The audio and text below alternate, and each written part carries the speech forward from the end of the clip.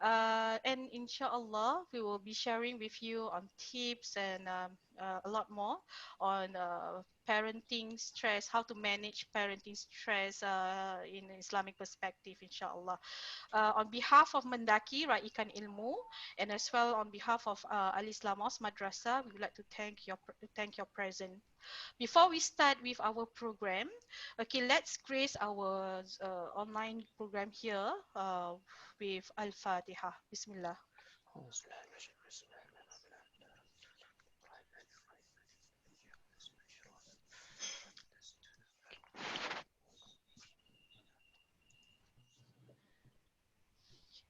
MashaAllah, we have like 40-ish participants here today. We are expecting actually many more to come.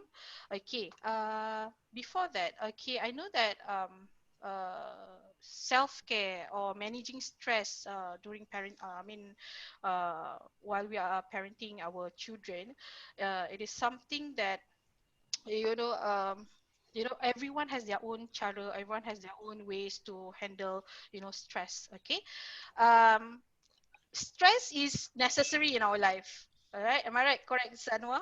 Yes, yes, yes. Yes. A bit of stress is very is okay. Yeah. Okay, stress is very necessary in our life because with stress we somehow as human, okay, kita try to find ways how to overcome our challenges, how to find ways how to overcome our problems. We try to find various way, creative ways how to actually challenge ourselves on to be orang cakap, if you know how to handle this issue apa tu very nicely, very fluently, okay, then you will be handling another ways of it. Okay, so meaning that it will somehow give you experience of how parenthood like, how stress is like, and something like that, and it will actually mature you, okay, in a way like that. Okay, but somehow over stress, okay, can actually lead us to burnout, and lead us to you know um, very stressful lah. Okay, dah lah Singapore Depression. depression, anxiety and everything like that. Okay, some more with I see the pattern of parenting here in Singapore. Both parents, okay, if father and mother definitely working. If tak work pun, maybe single parenting. There's a culture of single parenting as well here. And then after that, with all that stress with lifestyle, stress with parenting, okay, all those add up. Stress at work, demand of things, demands of the demand at work and all that. Okay, so that leads a lot of things to juggle, and it can lead to, yeah, as Sir Anwar said, depression, Depression. anxiety and all that. Okay, so my question here first, for Mr. Anwar, what are the common parenting stresses for parents of children with special needs? Okay. Okay, Yeah. Thank you, I Saza. give my mic to you, guys. Bismillahirrahman. Sir Anwar, Bismillah. Yeah. Okay. Okay. First and foremost, again, as I say, we do need to be very clear. This stress doesn't mean only stress meant for our, parents only with, special needs, but stress are actually universal, very general. Anyone, again, as I say, there will be stress at work, stress at, in school, and so on and so forth. But in particular, I guess it kind of coincides with all the other kind of stress also. But in particular, when your child have special needs, the first thing that you think about is the future of the child. How the child gonna be like when they grow up with all these special needs, things that they have in them and so on. So that's one of the biggest stress, thinking about the child's future. Secondly, it's about the finance, whether I have enough money to kind of pay for the therapy, pay for the diagnosis, pay for even what happened if I pass on, who gonna take care of my kids, so that whether is there enough money to kind of support him throughout his life and so on. The stress about relationship between you and your children, you and your husband, you and your in-laws, those are also real stress, where pointing finger, hey, you are the cause of it and so on and so forth, especially for the woman and for the ladies when they because they are conceive the baby and all those things. Yeah, so that's another stress that what parents are actually looking at. The other one is about the stress about the society around, meaning that when I bring my child out to the public area and my child have a meltdown, are they gonna criticize me? Are they gonna judge me? Whether I'm a good parent and so on. So that's another stress that come in. Stress of being shameful of having a special need child also comes along, even though, again, as I say, for those enlightened one, this is not something that to be ashamed of, but it's something that to be proud of, if you ask my own personal opinion.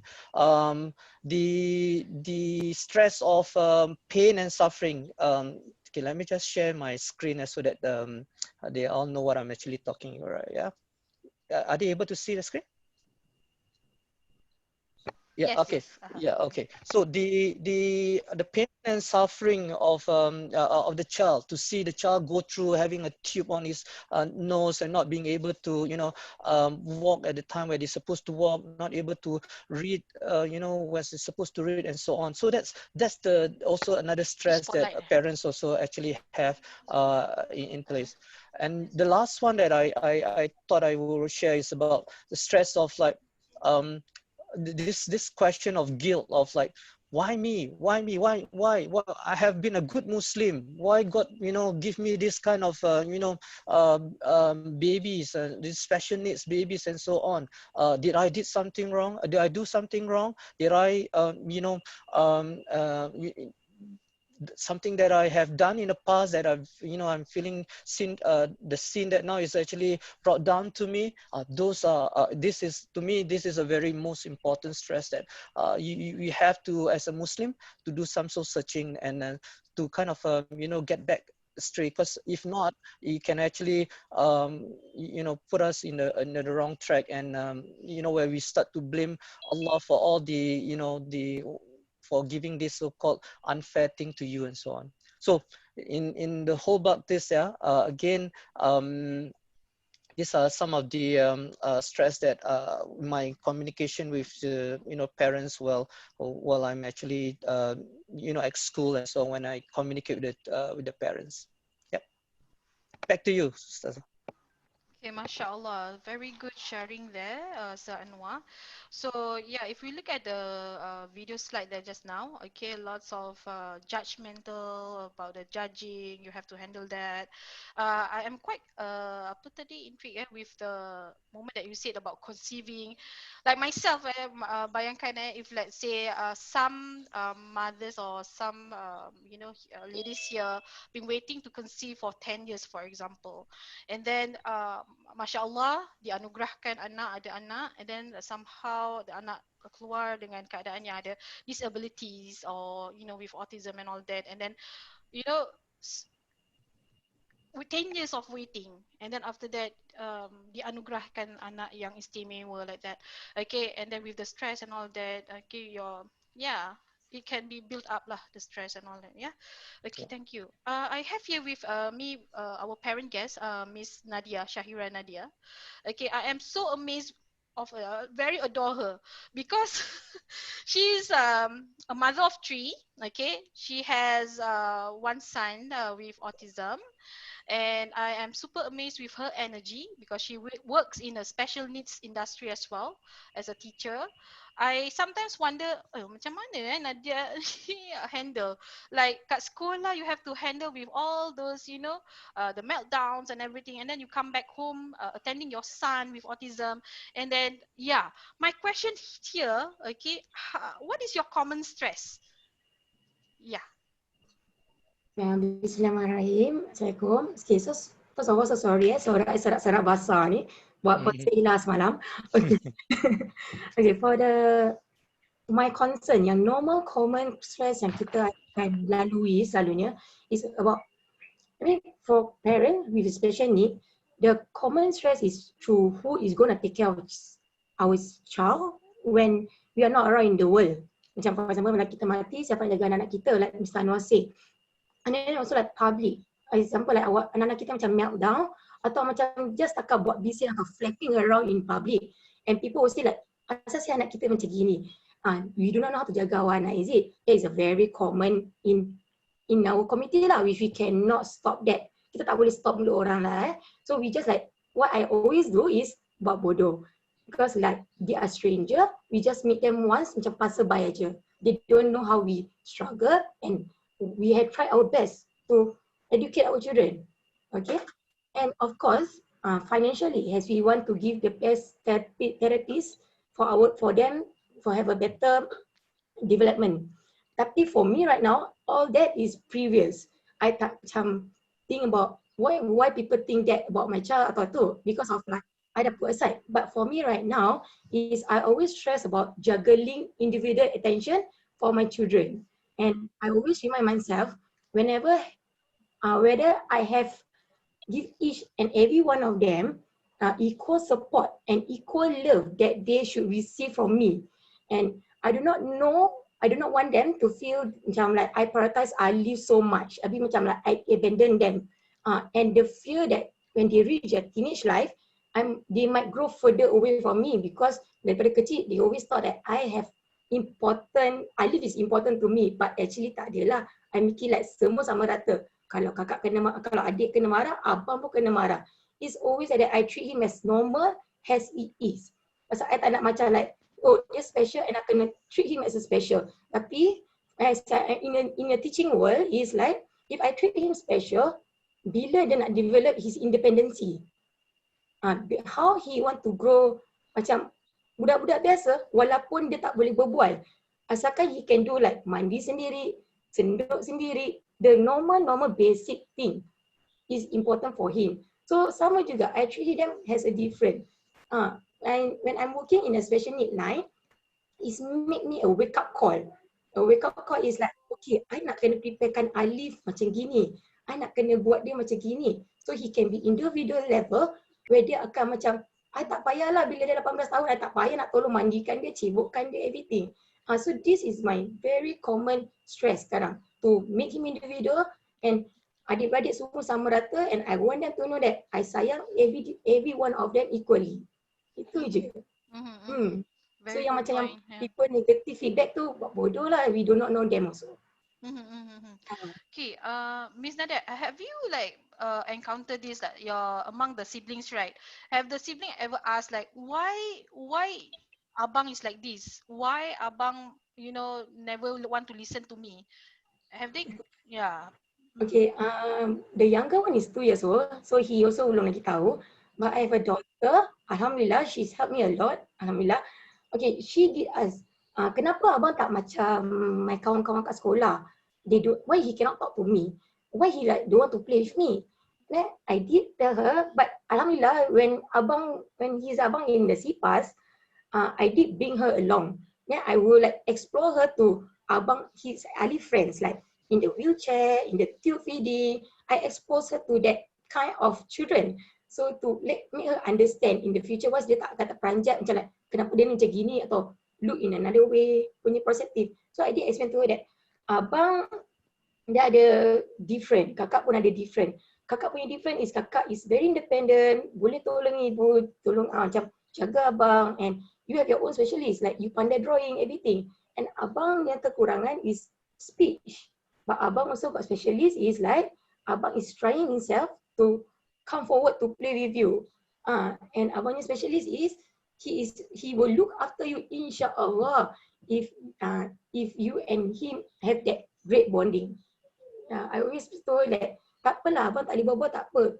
Pasal kakak pandai, kakak always can talk to abang and abang insya-Allah will listen to you. Nice sharing there. Thank you, Miss Nadia.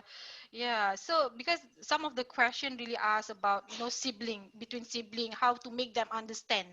I think the first one that you mentioned is to expose the other sibling with the community of with disabilities, right? So they actually understand more, not just abang having difficulties of understanding her, but as well as there are a lot more people out there actually having these disabilities, kan? So it will make her eventually to understand the situation better. Thank you there, Miss Nadia, for sharing with us. Okay, so Zaliana, okay, I have a question with you with regards of these two. Okay, in your best experience, if we are not able to manage our stress correctly, can our stress give a negative vibe on our children's outcome? Yeah. Okay, Assalamualaikum everybody. Thank you so much Islah Mos for the engagement. Really grateful to be spending my Saturday morning with everyone, and the rest of the parents, either guardians, either um, um, contacts of children who have special needs. Thank you so much for joining us today. We look forward to having discussions later at the question and answer session.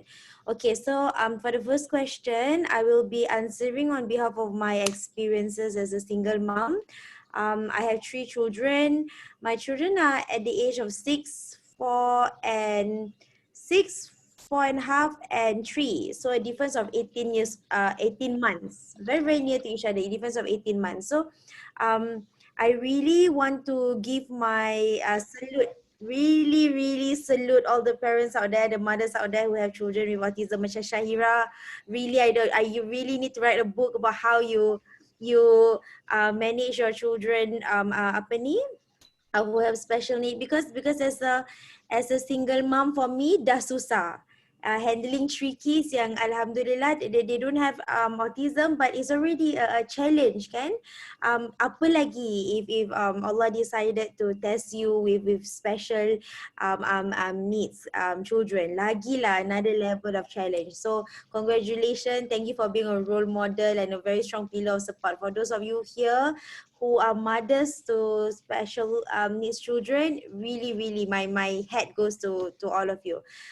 Going back to the question, definitely when we as mothers or as parents, because I notice we have quite a number of fathers here, as parents, when we are stressed out, when we are overwhelmed, when we are angered, when we are frustrated, when we are all the different types of emotions and darkness that are inside our system, it will definitely have effect and have impact on the children. And I think parents, they underestimate their children's age. This is what I realized. Macam, alah, my children kecil, tak faham lagi, they are very young, they wouldn't understand. But that's where I'm wrong. They actually understand things in the way that they accept and they absorb. So when we as parents, we think that children are too young, children are too little, they don't understand what's going on with the adultness of the family, or with the problems within the family, or with the emotions that are going through. Actually, we are really wrong at that, because they understand, they look, they absorb, they observe, they take in everything that's within their surrounding. And as parents, we are the biggest influencers to our children. So any form of emotions that we are expressing, the children automatically absorb, even if it's not direct. This is what I realized when for example, let me give you an example. I would be doing some things when I was at work. I would be with my laptop, we'd be writing my notes, and then we'd be sharing and saying something during my talks. And then my children would be right here playing, talking to each other, and I didn't think that they actually focus on my talk or focus on what I'm saying or presenting at this on camera, because they were already involved in their own activity. But surprisingly, the next few days, my daughter actually quoted what I said in the talk. So even when we don't realize that they are actually absorbing indirectly, there is a form of absorption that they are apa ni that they are going through within the children. So the answer to that, ada tak negative effect? Definitely ada. The children absorb any form of energy, any form of emotions that the parents are going through. Number two, I think we often underestimate our children's capacity in understanding the situation. We often think that they are too young, or even if we change our language, sometimes when I was talking, I would change my jadi bahasa F. In my opinion, my children tak faham bahasa F tu. How do we say it? Jangan kasih dia gula-gula. Yafa Nganfan, Kafa Sifi, Gufu Lover. I would say that. But then they would understand, no, I need the sweet because I'm hungry, for example. So I was shocked. So number 2 is we shouldn't underestimate our children's capacity in understanding, because no matter how young they are, they have their own way of absorbing things. And number 3, this is what I will usually do when I'm angry or when I'm really frustrated with the children's tantrums. Lagi I think the children went through a lot, kan? Separation and divorce is really a very, very painful thing, kan? So the children went through a lot. Even when they are not going through separation, there will be intensity in the children's way of thinking. Or other je things that is in their head. But for me, when they throw tantrums and when I know I cannot react, this is what my therapist taught me. You need to understand bila your children give you tantrum or push you or press the button, kan? You are either responding or reacting, because these two are different things. And this is what I learned, because when you want to be a parent, you have to constantly learn, kan? So I actually learned from my therapist, and then she was talking about there's a difference between reacting and responding. Most of the time when your children trigger your anger, you react in a way you macam jangan macam gitu. You cannot do that. You cannot hit your sister. You cannot bite your brother. We react automatically. We do things that 5 minutes later we regret. So what we have to try to do is to respond. So parents, there's a difference between reacting and responding. Responding could also mean when you are angry. This is my way of response. When I'm angry, I keep quiet. I go inside my room and then I said, okay, my daughter just bite my son, for example. What am I going to do? Okay, I'm going to give her some time because I know she's guilty already. 5 minutes later, I'm going to come to her. I'm going to ask her, do you know what you did wrong? So there's different style between reacting and responding. Responding could also be you going down to that child's level and then holding her hand or holding his hand and then say, okay, you're upset. Can I understand why you're upset? So the words that you use in your response towards a tantrum pun is something that I learned can actually be helpful. So for that question, memang there's definitely effects and impacts on your children, no matter how you think there isn't. Ada je indirect impact that will tempiaskan towards your children. Number 2, don't underestimate your children's capacity in absorption, because they really, really absorb like a sponge. Number 3, understand the difference between reacting and responding. All this while you could be reacting and when actually you should be responding. Okay, so those are my 3 answers, inshallah. Masya Allah, thank you so much for your sharing, Staza. Just now when you share with your, I mean like your personal experience, right? It reminds me of me and my 3 years old active son. Last time I used that kalau dia macam nak something and really want very hastily want something, right, I will always say sabar, okay Aiden, his name is Aiden, sabar, okay Aiden, sabar, mommy's doing it. So recently he talked back to me like, mommy, can you sabar? Like, you know, yeah, as you said, like sponge and absorb. So imagine that the word that we use on them, like very negatively, I think in a way that somehow someday they will actually bagi kita balik, right? So yeah, I think the choice of word we use, the way we act, the way we react, the way we respond, always must be careful lah. Okay, inshallah. Okay, next, because of that, the personal experience of Sazaliana here, I want to ask Miss Nadia. Okay, how about you? What is your parenting style at home? Having siblings and also a son with autism, what is your parenting style? Okay, my parenting style is because like, first I think ada cakap kan yang I want them to have the bonding. Okay, my parenting style is like macam like Ustazah, you have seen my Instagram every time. I always after work, I will make activity for my children. Mesti kena ada activity.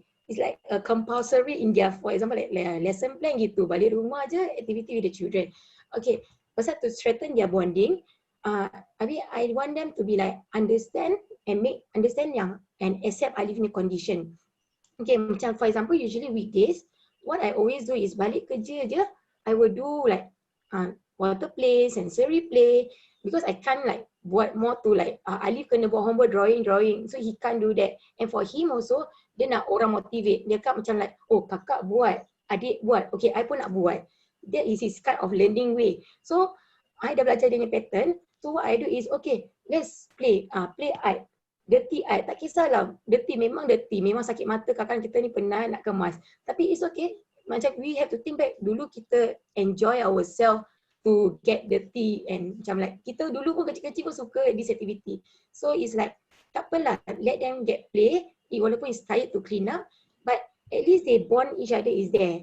And at least they like, okay, abang, let's play this. And since I did like to play messy art and water play, so we play together dekat luar rumah. That is for our weekday. Kalau weekday, kalau macam my husband is there, we will bring them outdoor, like go cycling as a family, atau main playground pun jadilah, and play, go macam like small shopping center. Because kita ada curfew. Our curfew for my family, we set up this curfew 6 o'clock. 6 o'clock mesti balik rumah. Because why? They need to have their shower.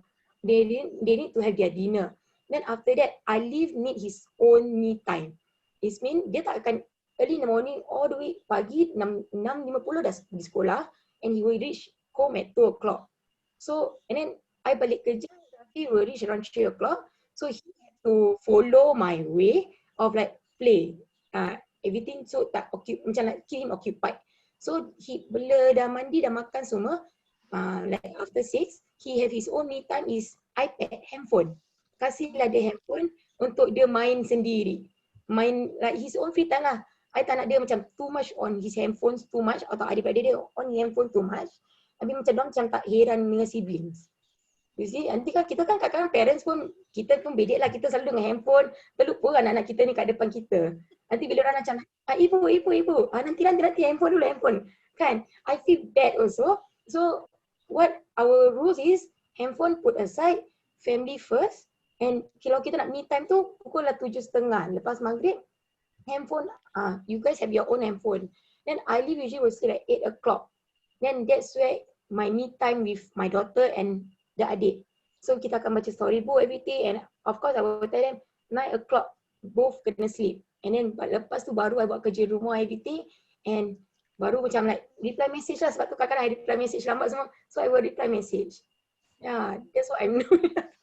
So that's what it's like, I always rushing for time for them. Yes.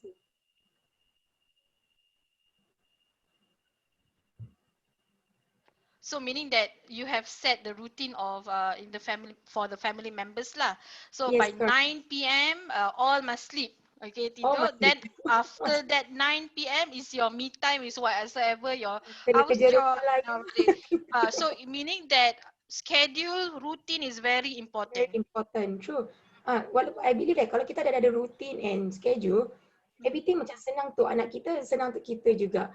So kita macam like, okay, kita dah tahu macam like first starting memang susah, and after that our daily life dah biasa kan, then it's easy. Is there any how about during weekends? Because sometimes kan bila I tengok macam when I watch Facebook live auction, some parents still anak dia still wake not sleeping yet at 10 p.m. at 11 p.m. You know, live auction at Facebook kan selalu at the night, right? Night time. Alright, so make me wonder, what time they orang sleep, macam, you know, something like that. Is there any kind of cheat day for them during weekend, or is it like continuously must be fixed schedule throughout the week? Macam mana? Actually kan, I nak cheat day. Anak I tak kasi I cheat day.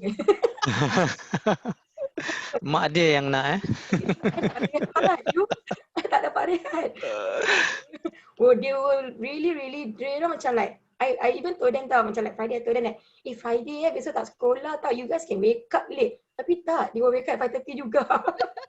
And they will keep bugging me like, Ibu, are we going out today, or ayah off day? Is it because my husband is working shift? So kita akan keluar is like, bila dia macam off day, Saturday, for us, Saturday, Sunday, kalau dia off day tu consider a bonus for us lah. So kita boleh bawa keluar jalan, jauh ni jalan lah. Then it's like, they will say like, Ibu, are we going out today? Are we going to have fun today? I will be like, okay, kita boleh have fun, tapi boleh tak kita keluar later on? Ibu want to rest and do work, house call first, benda rumah dulu. Then after you have to do your homework, then baru kita keluar. Can we do that? But kids, they know it's Saturday, Sunday. Macam kita lah, Saturday, Sunday nak rehat. Orang Saturday, Sunday nak keluar. So it's like, kadang-kadang orang punya macam bagian dengan kita ni macam like, oh okay lah, jom lah. Kita keluar jalan lah. Yeah. So maybe for parents kan, macam like, especially for me, I dulu ada difficulty of like bringing 3 of them out. Pasal apa? I takut Alif akan mengamuk. Macam like, tiba-tiba akan mengamuk macam like he don't want to this space atau macam adalah benda tak kena for him. And then yang the 2 years old tu akan pun buat perangai. So usually how I do is I akan explore myself dekat-dekat dulu, nearby area. Then I rasa macam I boleh buat gini lah. Then I challenge myself, I should bring them further a bit. Maybe bawa orang pergi Tampines ke atau Simei ke, something like that. Then after a while I like, okay, I actually can bring them out tiga-tiga. Yeah, that's how I like motivate myself lah. Macam like I don't want to put hope dengan orang so much. Then anak I kesian kat dalam rumah macam gua. Macam like, close them out. Like I tak kisahlah what people want to say like, Alif ni bising, this kind of way. I don't want to think that way. Like, no, I'm going to bring you out to expose to this kind of people that my son is special need and he is much better and he have his specialist in his own self. Yeah. Nice sharing. Thank you, Miss Nai. Very interesting. Alhamdulillah. Thank you so much. Okay, Sir Anwar, this is a question for you. Is there any recommendation or best parenting styles for parents of children with special needs to reduce parenting stress? Okay, let me share this. What's that? The PowerPoint first. Okay, so there's various parenting style that we actually know. When you are actually going through this kind of a workshop and so on, they will tell you that it's the two extreme. One extreme is the permissive parenting, where anything goes. No rules. Whatever you want to do, you go ahead and do. Just like really butch up and don't want to really know anything. Okay, then the other extreme, where we have this authoritarian kind of parenting style, where everything go by the book. You must listen, must obey. If you're not, there will be punishment. There will be kind of consequence that you actually need to do. All must follow. Just like in the military kind of environment. That thing. When you say sit down, you sit down. You stand up, you stand up. That kind of thing. There's no two about it and so on. So these are the two extreme kind of parenting style. But what would I want to recommend would be this positive parenting, where in our Islamic way of doing things is always we are the people in the middle. We take things in the middle. Whatever we do, we are in kind of take the middle approach rather than the other two extreme. So when you talk about positive parenting, we are actually talking about those who actually have a balance of both, where you can be a bit of letting go, where the other one, where times you also need to can enforce in terms of the rules and the routines and so on and so forth. So if what can you see if a parent's actually doing what we call positive parenting? You will see signs of like making frequent eye contact. When they talk to the child, they actually look through the child's eyes and then says that this is what I mean, and then using positive affirmation. I think a very good example was just now Ustazah Liana was actually using the was that when the child got upset, what to do, and she actually demonstrate what about the positive parenting. Like first and foremost, she kind of acknowledged the feeling of the child. The child is actually feeling upset. Well, I know you're upset. That's number one. When the child, when a child hear that, oh yeah, you care about me, you know what's happening to me, and that's good. The acknowledgement must be there. You cannot say you shouldn't do this, you shouldn't do that in the beginning, but it's straight away acknowledge that feeling. Don't dismiss it. Don't kind of trivialize it and so on. Okay, once you affirm, and then you the next best thing is this. Even though the second part is about you telling them about what is the right thing to do. I know you are upset, but hitting your brother or your sister is not gonna help solve the problem. Okay, then what you should do is that you should talk to me. If you can't handle, you can speak to your brother nicely, but if you can't, come to an adult. Come to Ayah, and Ayah will, try to resolve it for you if you really cannot. But if you can, go ahead. So that is the way of, where the part about you, the so-called alternative behavior that you want to put in place. And then the third one is if you are, the child is already calm, it's okay for you to say, okay,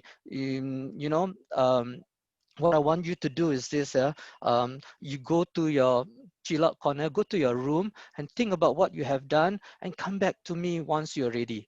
If you are not ready, but if you, I'll give you 5 minutes. If you, I will come to you, or you come to me for us to continue talking, and that's where you will hear him out of what you have actually learned from, those things that happen and so on.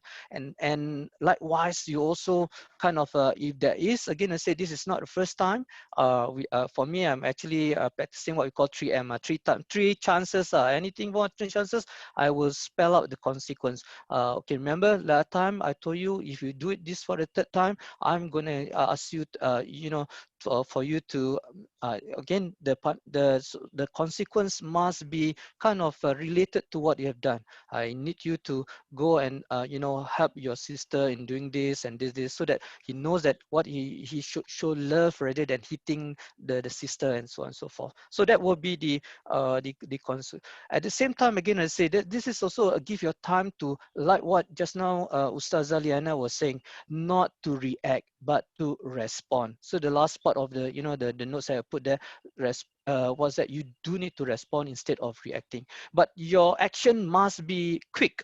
You cannot just, the worst thing that you do, just ignore, as though that nothing happened. That's the worst thing. The next best thing is for you to, what's that, to just give time and let it happen. And then after thing happen, oh, just now you do, that is too late already. So it must be immediate response to the action that have happened, instead of delaying the question, because the child especially may not understand, hey, what you're talking about, is it last night, yesterday, or just now, that kind of thing, and so on. So when I say immediately, doesn't mean you react, but you take your time. When you give a child a chill out time, or the common term they use, which I don't like to use right now, is the word timeout. A timeout is now become a very negative connotation. Some child will say, you give me timeout means like a punishment, but I would rather use things like reflective time, chill out time, cool down time, that kind of thing, so that the child know, mommy and daddy is not um, punishing me, but mommy and daddy is giving me time for me to think about what I have done and so on. So reflect on what I've done and so on and so forth. So that and that, what I was trying to say is this, that you give yourself also a time out, where if your heart is beating so hard, feeling very stressed already, or you definitely going to react to your thing. But when you give your child a time, also a chill out time, you yourself, you also giving yourself a chill out time, so that you can cool down and be able to respond very what's that, positively. Yeah, I think that's answer your That's a question. very good sharing, Sir Anwar. Uh, But Sir Anwar, I just have a question. If let's say during that, responding period to your child, especially during their meltdown, for example, the meltdown has been going like for 5 minutes, for example, it's too long already, mm, right? Okay, mm, and then kita sendiri rasa macam stress, especially kalau kat mm, shopping center ke whatsoever. mm, All mm, right, mm, can we say our feeling to them, like, uh contoh, I give example Aiden, my son's name lah. mm, Aiden, I am now feeling upset, I am stressed now, if you don't stop doing what you are doing now, can we do that? mm. Okay, this is another what's that? Another talk, another session, another workshop that you need to, because first and foremost, the definition of meltdown need to be addressed. What is meltdown? A Mm-hmm. meltdown to you may be different than meltdown to me. In our definition of special needs, that meltdown is when is the reaction of a child, so-called not due to the wanting attention, or having needs of something, but it's because of the things that is beyond their control. Like say for example, I talk about meltdown, child with autism, when they go to a supermarket. It's not that they want something from the store, but they actually just cry for no reason. Why? Because of the loud noise, or that he wasn't very good. So it's a more sensory issue.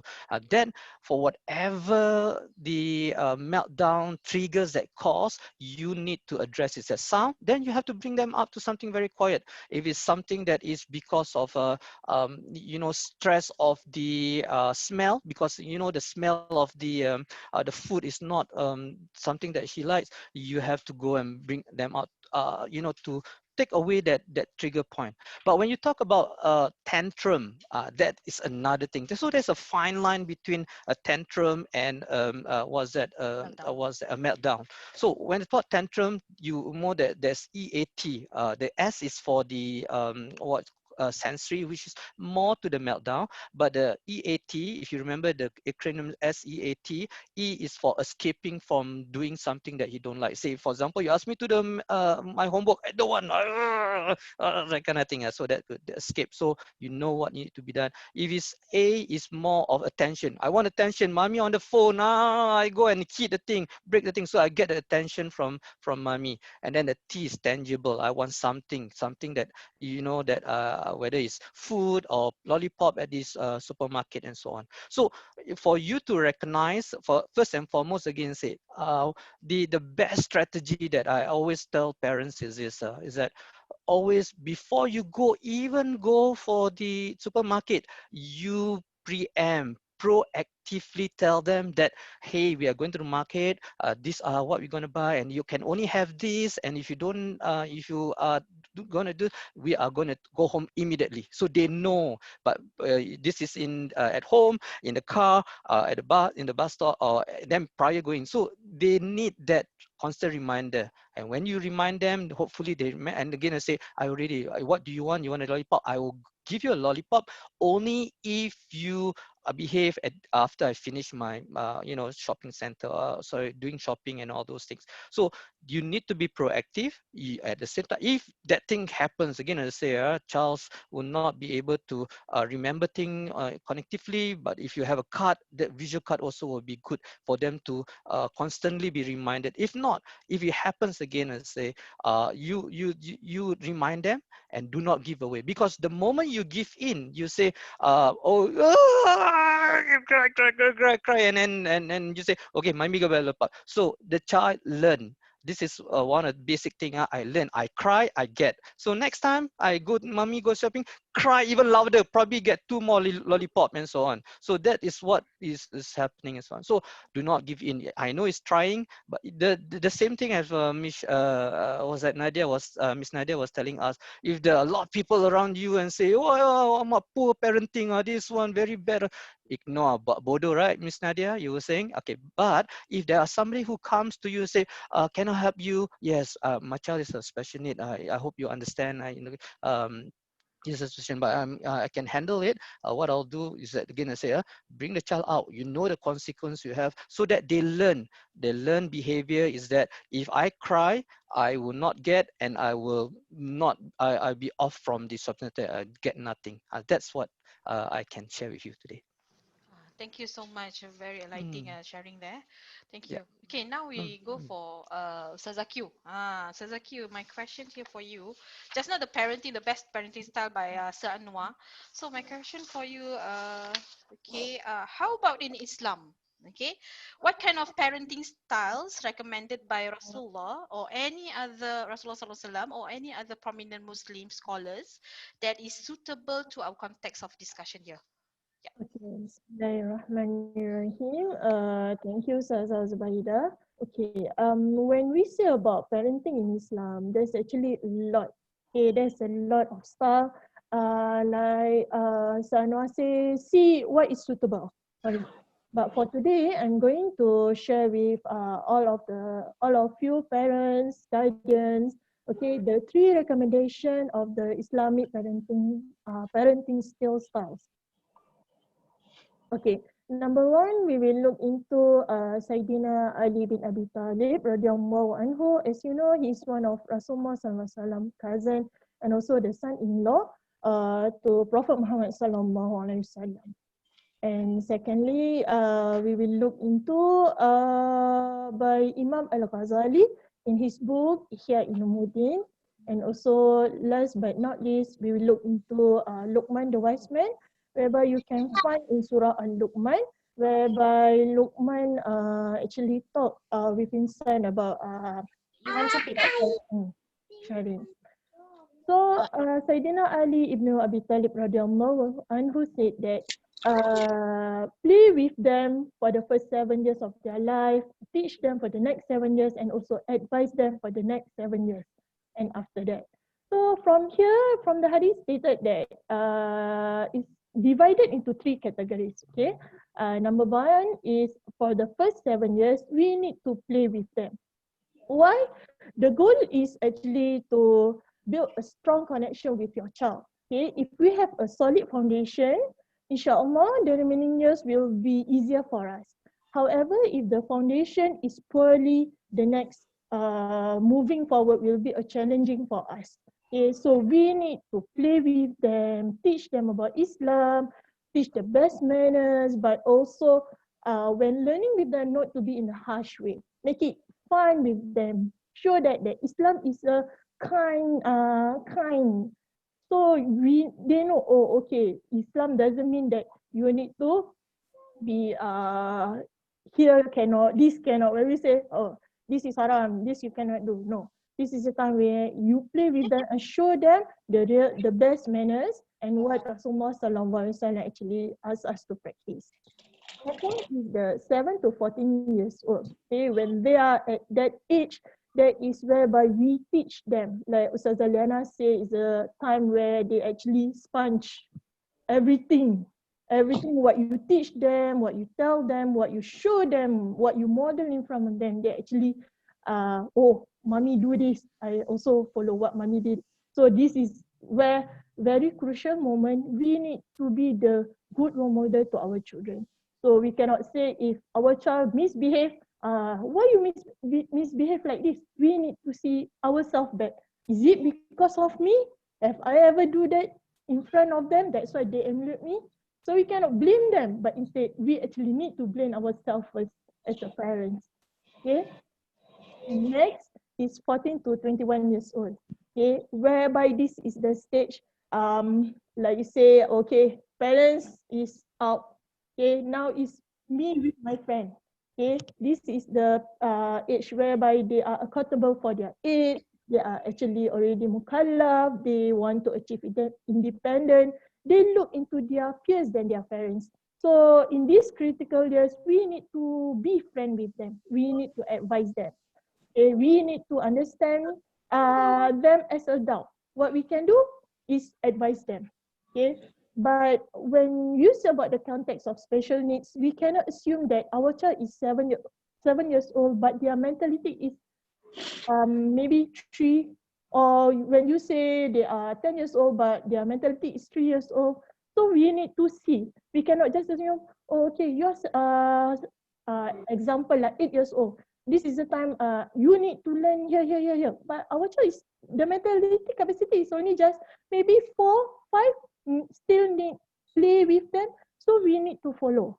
Okay, we just cannot say, okay, this is what been advised, we just follow. Cannot. We must see the context also. And we actually, as a parents, need to know our child first. Okay, and what is the suitable for them. Okay. Second is the parenting according to Al-Ghazali. Okay, there is actually 7 points. Okay, the first point is permissible earning. Okay, when we say it's permissible earning, it's wajib as a Muslim. Whatever parents, the work we give to our children, right? So we need to know that in Surah Al-Mu'minun verse 51 stated that kullu minat tayyibati wa amalu salihan. So eat of a good things and do good deeds. So whatever we give, especially food to our children, it's from permissible earning, halal. Okay. Second, we need to show affection to our children. Okay, we need to demonstrate a strong positive to them. because in this stage whereby the children emotion is developed, okay, developed at the early age.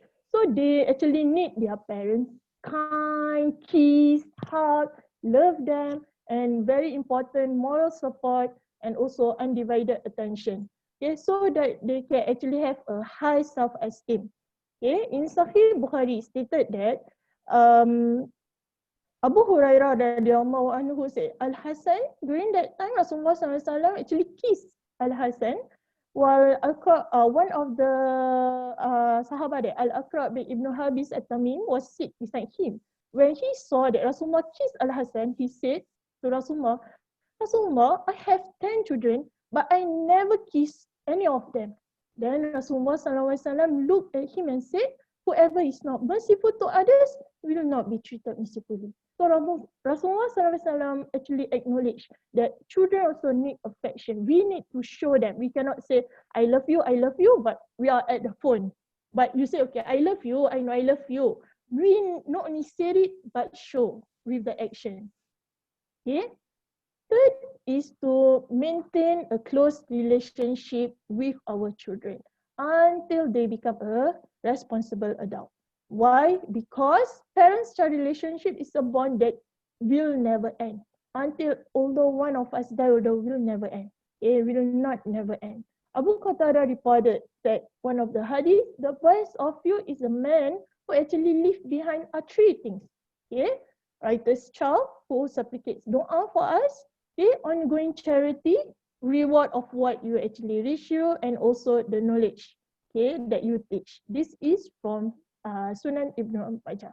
So when you say about relationship, that's why we need to have a close relationship with our children. Not only when they are adult, we need to start from they are still young. Okay, means that anything they refer to us, don't make them go away from us. Okay.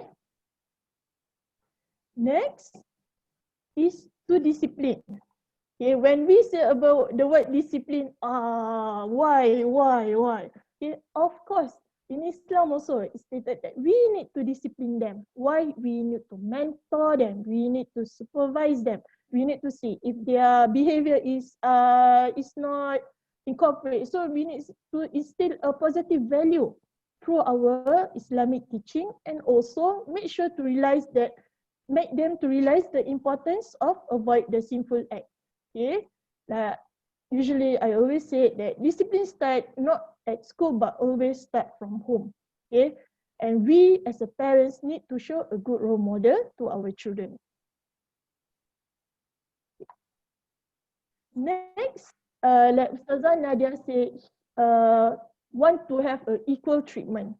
Okay, when you say about equal treatment, it's not treated collectively method. Means that not every, like 3 of your child example, have a same treatment. No, we cannot do it as collectively method, but we need to do it according to your child's unique and their own personality behavior. Okay, I think all parents know how we need to know our child's personality. So from there, we are responsible to treat them according to their approach. How?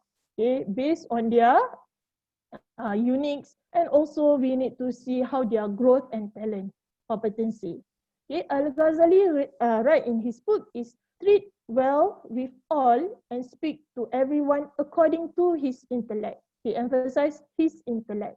So if you want to treat your child, is your child 3 years old, you need to treat them as a 3 years old. It's not that you need to treat them like 10 years old, they never understand lah. So the appropriate is to treat them according to their intellectual, inshallah.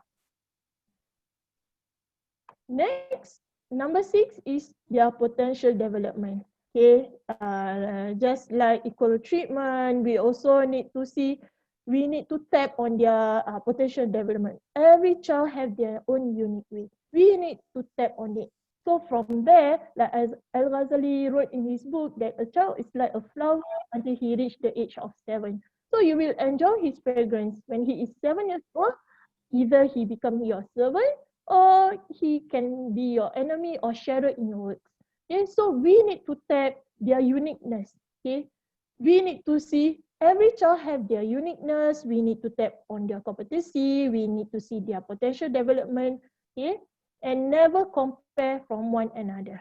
That is very, very, very important. Never compare one child with another child, okay? Last but not least is fulfillment of the children needs. Okay, Al-Ghazali mentioned that in his book, parents need to fulfill the needs of their children as long as within our capacity. Okay, inshallah, whatever Allah Subhanahu Wa Taala give you is according to your capacity. So you have your duties toward your parents, you also have your duties toward your children. So we need to see whatever duties we need to give to them according to their potential or according to their development. Next is sharing about parenting from Luqman. It's actually taken from Surah Al-Luqman. We as a parents need to have a requisite of a good parenting. We ourselves. Okay. The first one is, as a parents, we need to dua a lot. Dua is actually parents' most powerful tool. Okay, we need to make dua for our children, for their protection all times. Okay, like Ibn Abbas said that the Prophet SAW stated that I seek refuge for you both in perfect will of Allah from every evil and every poisonous thing from the evil eye which influence. And one of the beautiful Quranic verses that parents can actually make dua to Allah Subhanahu Wa Taala, وَالَّذِينَ يَقُولُونَ رَبَّنَا هَبْ لَنَا مِنْ أَزْوَاجِنَا وَذُرِّيَّتِنَا قُرَّةَ أَعْيُنٍ وَاجْعَلْنَا لِلْمُتَّقِينَ إِمَامًا. Okay, from Surah Al-Furqan verse 74. Every time after salat, never fail to dua for our children, inshallah. And Allah will always hear our dua. Next, beside doa, we need to be the best role model. So it's easier for the children to understand and also to follow the commands of Allah Subhanahu Wa Taala.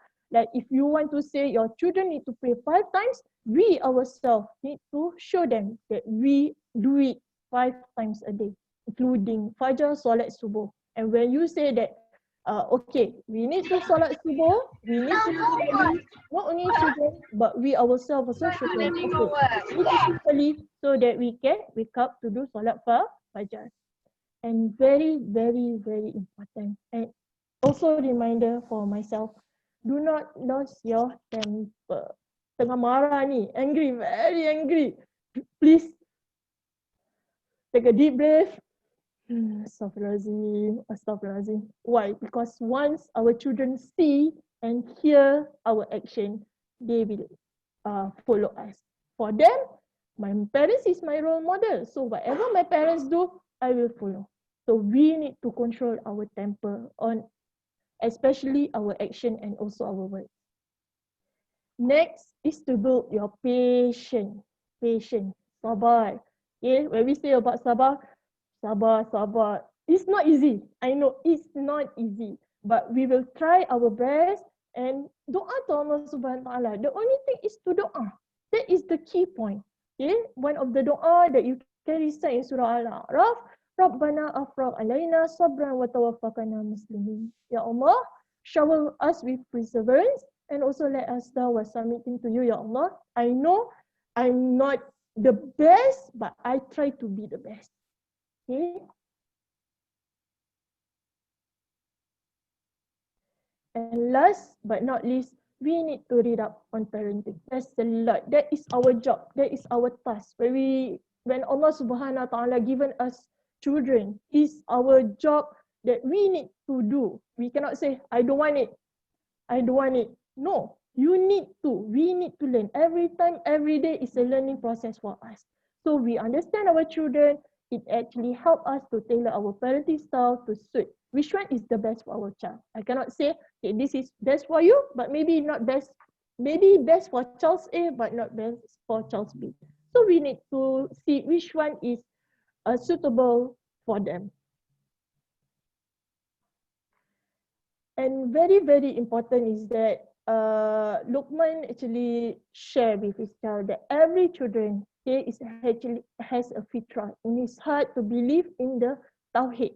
As a Muslim, we cannot separate it, Tawheed, the oneness of Allah subhanahu wa ta'ala, and also to develop iman in Allah subhanahu wa ta'ala. Okay, we as a parents have to nurture them so that it will grow into a trees that can withstand the force of fitnah that try to lure our children into community shirk. Okay, so this is what actually Luqman advised to his son. Number one is to begin with azan. When a child is born, the first sound that he hears is actually azan. So call the children to worship to Allah subhanahu wa ta'ala, the only way to success in this world and the hereafter. Because from him is where we belong, and from him also we will return. Second is to practice Islamic sleep routine. Okay, when you say about practice Islamic sleep routine, I think many of us, when your child wants to sleep, okay, we read storybook, can, but don't forget to instill Islamic learning. Okay, like we can storybook, not only fairy tales, but maybe story from the Quran, story about the prophet, the angels, the companion, so that they know, oh, okay, about the seerah. So they will feel, okay, about Allah subhanahu wa ta'ala, they are aware of it. Okay, they know they have to submit to only one God, who is Allah subhanahu wa ta'ala, and follow the teaching of Prophet Muhammad sallallahu alaihi wasallam. We also can also practice the doa before sleeping, and also the three kul every day. When we do it every day, like the Messenger of Allah subhanahu wa ta'ala told us that whoever recite the three kul, Surah Al-Ikhlas, Surah Al-Falaq, Surah An-Nas in the morning and the evening, they will suffice us or protect us against everything. So before sleep, let's read the doa before sleeping and also practice the three kul as our daily routine. Number three, we need to look and reflect upon the creation of Allah subhanahu wa ta'ala.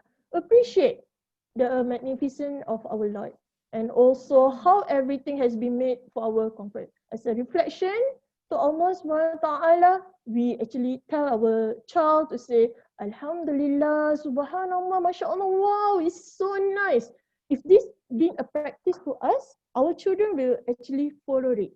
Every time they say something, wow, MashaAllah, that's so nice. Indirectly, they actually praises Allah subhanahu wa ta'ala.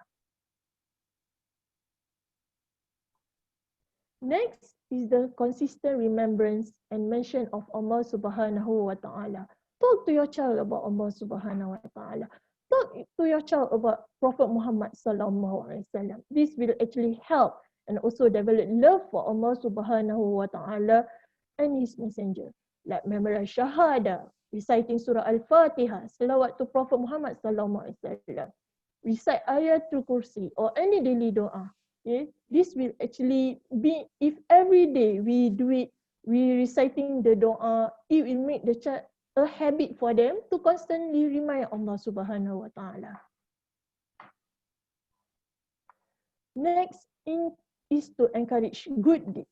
Explain to your child that good deeds will reward by Allah subhanahu wa ta'ala. Like cleanliness, respect parents. Okay, this is also important for them, not only respect parents, but also children, their friends, their teachers, their neighbor. Instead a good, instead a good action in their life. Last but not least, ask Allah alone and call upon Him using His name. Okay, teach your children about the names of Allah subhanahu wa ta'ala and apply in our life. For instance, we can say, like if you want anything, you must say like, oh, Masya Allah, we need to read doa to Allah subhanahu wa ta'ala because He's Ar-Razak, right? Your child want ice cream. Okay, let's we recite doa to Allah. Ya Allah, make mommy buy for me ice cream. Okay, your child know that not only mommy buy because Allah subhanahu wa ta'ala actually tell the mommy, okay, buy for your child ice cream. So your child know, oh, Allah was the one that tell my mommy to buy ice cream for me. So they know that the one who give rizki is from Allah Subhanahu wa Ta'ala. Okay, I think that is from me, Ustazah Zubaida. Some maybe quite lengthy, but not everything will be the same.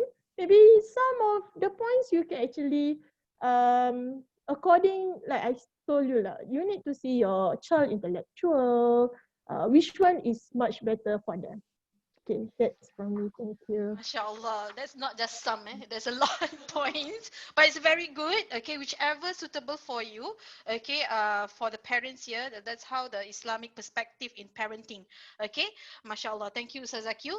I keep looking on my right side here because she's actually sitting beside me. Okay, okay. Before we transit to coping strategies and techniques, I would like to share with you this book because my me time or my hold on where is it? Okay, this one. Okay, all of you can see, right?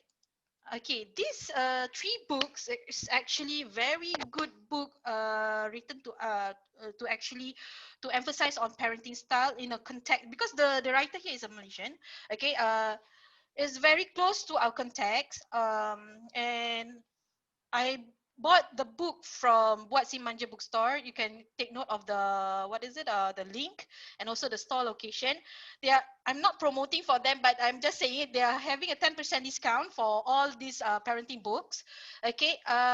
Let me show you the book. Okay, hold on. It's a very well written. Each time before I sleep, I read it. It quite amazed me lah. Okay, the book sekejap Like for example, this you can see here.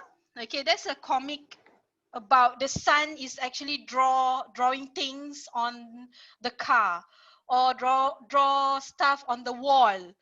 Normally kalau kita nampak anak kita draw on the wall kan, kita marah, kita why you do this and everything like that. So this book actually give us tips on how to actually handle or manage the child.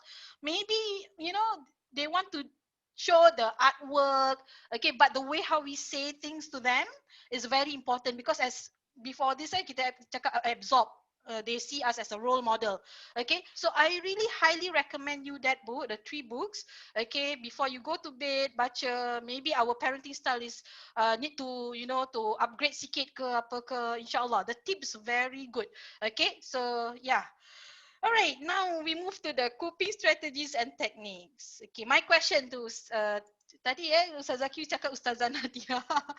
Okay. But yeah, Miss Nadia here, the parents of special live with autism. Okay, my question for you is how do you cope with your parenting stress? When is your me time? Since you are so busy, doing apa dekat sekolah, macam for me tak penat ke? When's exactly your me time Okay, for my me time yang selalunya is journey to work and balik to home. So that me time of 30 to 45 minutes kan, I will always like tak nak tengok video, tak nak tengok apa, dengar music je. So to make myself very refresh. Macam like pagi-pagi kan dah rushing for children, anak-anak kita kan. Then I go to work, dengar music apa-apa yang I suka atau dengar like syarahan-syarahan apa just to macam like macam like to motivate your day. Then to refresh myself sebelum I start kerja because I don't want to have that negative punya pasal anak-anak istimewa ni they know, diorang walaupun dah tak dicakap but they know apa kita rasa. They will know that we have a bad temper atau kita tengah ada not in a good day ni mood. Aura dia. Aura dia betul-betul. The aura they know. Walaupun dia tak tahu apa-apa but they know the aura. So I do not want to bring macam like the what I have happen kat rumah ke, penat kat rumah ke to work. So that's it. I akan dengar music ke apa and I tak akan tengok handphone. I tak nak macam message ke atau Google tengok Instagram ke apa, I tak nak. Then after that like balik rumah pula, I don't want to bring the tiredness of the kat kerja tu to my house. I tak nak. So that journey balik tu, I do the same thing juga. Macam like I rasa tak, okay, I just want to relax. This is the moment yang I boleh relax. Tapi doa-doa lah, dah dapat, dah tempat duduk untuk duduk ya. So it's like, I just dengar juga radio ke apa-apa, I dengar. Then balik rumah, sebelum I naik ke rumah, I will sit down dekat bawah blok for 5 to 10 minutes to calm myself down. So macam like, okay, what have happened at work is at work. Now my focus is tukar a mommy cap to my anak-anak, attention to my anak-anak. That is my me time. And but Alhamdulillah, I'm very lucky to have a strong family support. Macam like my parents, my parents-in-law, my siblings, my brother-in-laws, everything, and also my auntie-auntie yang stay nearby to our area. That macam like whenever I mean kita manusia, walaupun macam mana strong kita pun, kita akan jatuh juga. Akan rasa macam like we just need a break from them. Okay, bila I going to have that feeling, Burnout. the burnout thing, I will be like, you know what? I need a break. Boleh tak I dating dengan my husband? Of course, my husband pun need my attention, bukan my anak-anak aja. I nak kena evenkan my attention to my husband. Kan kita macam memang anak-anak ni, tapi husband pun sugar kat suami kan. Nak kena he also must get attention. So whenever I like, me and my husband always say that, okay, kita nak kena ada ni 1 month 1 time date. Date mana je kita keluar, watch movie ke, makan sama-sama ke, or just for a walk. And bila we have that time, we will always talk about our anak-anak. Macam like, what we should do?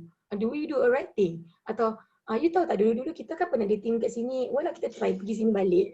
Being that all the member refresh balik lah ya, zaman-zaman muda kita. So yeah, that's what we do. And also for my anak-anak also, I and my husband, I always take my opportunity, like my husband bila tengah off day, dia akan jaga my anak-anak yang lain. So especially untuk yang kakak yang second one, daughter, she really need she really need the attention, because dia dah tolong I jaga abang, dia dah tolong I jaga adik dia, and then dia macam ketepikan.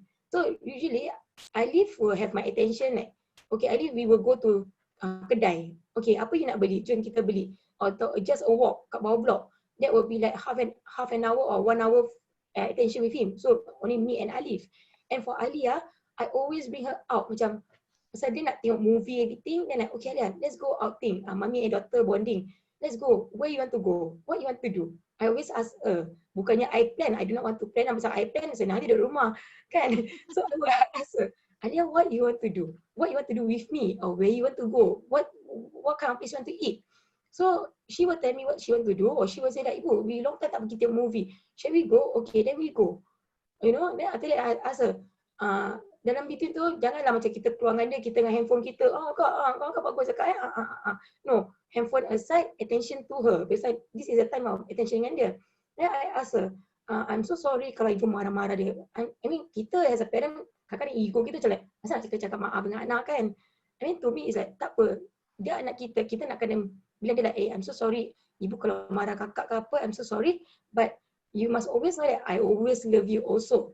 I sayang abang macam mana, I always sayang you dengan adik. Yeah, so she would like, okay, yes ibu, I understand. So first I think is like macam susah, but after that we like enjoying ourselves. Then I will always PM her, Alia, where you want to go for our next date, our next month. So you fikirlah mana you rasa-rasa nak buat, nak pergi, then we will go. Yeah, and I mean like memang penat, tapi apa yang kita buat untuk anak-anak kita semua berbaloi. Awal kerja kita anak-anak untuk menjaga diorang dan mendidik diorang macam mana sempurna, walaupun kita ada anak syurga yang so called people say that ni ticket to heaven. Kalau ticket to heaven tu, kalau kita tak jaga dengan betul dan tak ada independensi untuk anak kita yang special need ni pun, tak confirm lah kita akan masuk syurga. Yeah, I always tell myself, I always tell my husband and my siblings, family members that, but I'm very grateful that I have a very strong support of family. Yes, that's how I cope dengan part-time sekolah, part-time with kerja dengan anak-anak. Alhamdulillah. Masya Allah. Thank you, Miss Nadia. Very good sharing there. Okay, I like your sharing about the anak syurga. It doesn't mean that it is a free ticket. It reminds me of dakwah Rasulullah SAW juga. Okay, Rasulullah is confirm masuk syurga, tapi still dia jalankan dakwah. Dia still solat malam. Dia still tahajud. Kalau dia tahu diri dia masuk syurga secara free, kenapa he still do it? So kalau tak Rasulullah, siapalah kita kan? Okay. Next question before I try. Next question to Sir Anwar. Okay. Just now we just heard about the me time of Miss Nadia. I just want to ask you, what is the quickest self-care advice to parents for them to apply when they are at the age? Okay, dah macam nak meletup gitu. You're muted, Sanwa. Yeah. Okay. Thank you for the question again. Mm. Just want to touch on again and say I feel very overwhelmed by the other two speakers here. Ustazah Q, I think mentioning about certain things like, oh, when you are angry, you just take that moment or say Astaghfirullah, Astaghfirullah, just to seek forgiveness to Allah and so on. I think that is one or the other things that you can do. Also related to the answering to your question about what is a quick fix at the a time when you are really at the age. Saying those zikrullah is very important. Yeah. And then the other thing about just now our Miss Nadia talking about, even though the question was asking about self-care, your own self-care, talking about parent self-care, but she kind of go beyond that. She actually looking at the self-care of the other members of the family, which is the daughter. Again, I say, while taking care of it, she also give this special time for the thing. So sometimes, even though he can be very selfish or talk about self-care. It's my own self-care, but she go beyond that. She actually looking at self-care of her daughter, who actually helping in taking care of her, her son and all those things. Well done. I think that is very commendable. Sharing that actually been given. So for my part, again, I say this is what I would love to share. There's so many what's that ways of doing self-care. One of the things that I think our sister Nadia was mentioning about going out dating once a month. I think that is really a good example of self-care, where you kind of ensure that your whole doesn't just revolve around your special need child, but also taking care of other well-being, your husband, your mother-in-law, your father, your other children, and so on and so forth. So one of the other sort of self-care that probably need to be reminded is about that is called respite care, where you can actually put your child at if you can't get that support, family support, there are services outside the private agency that provide what we call respite care service.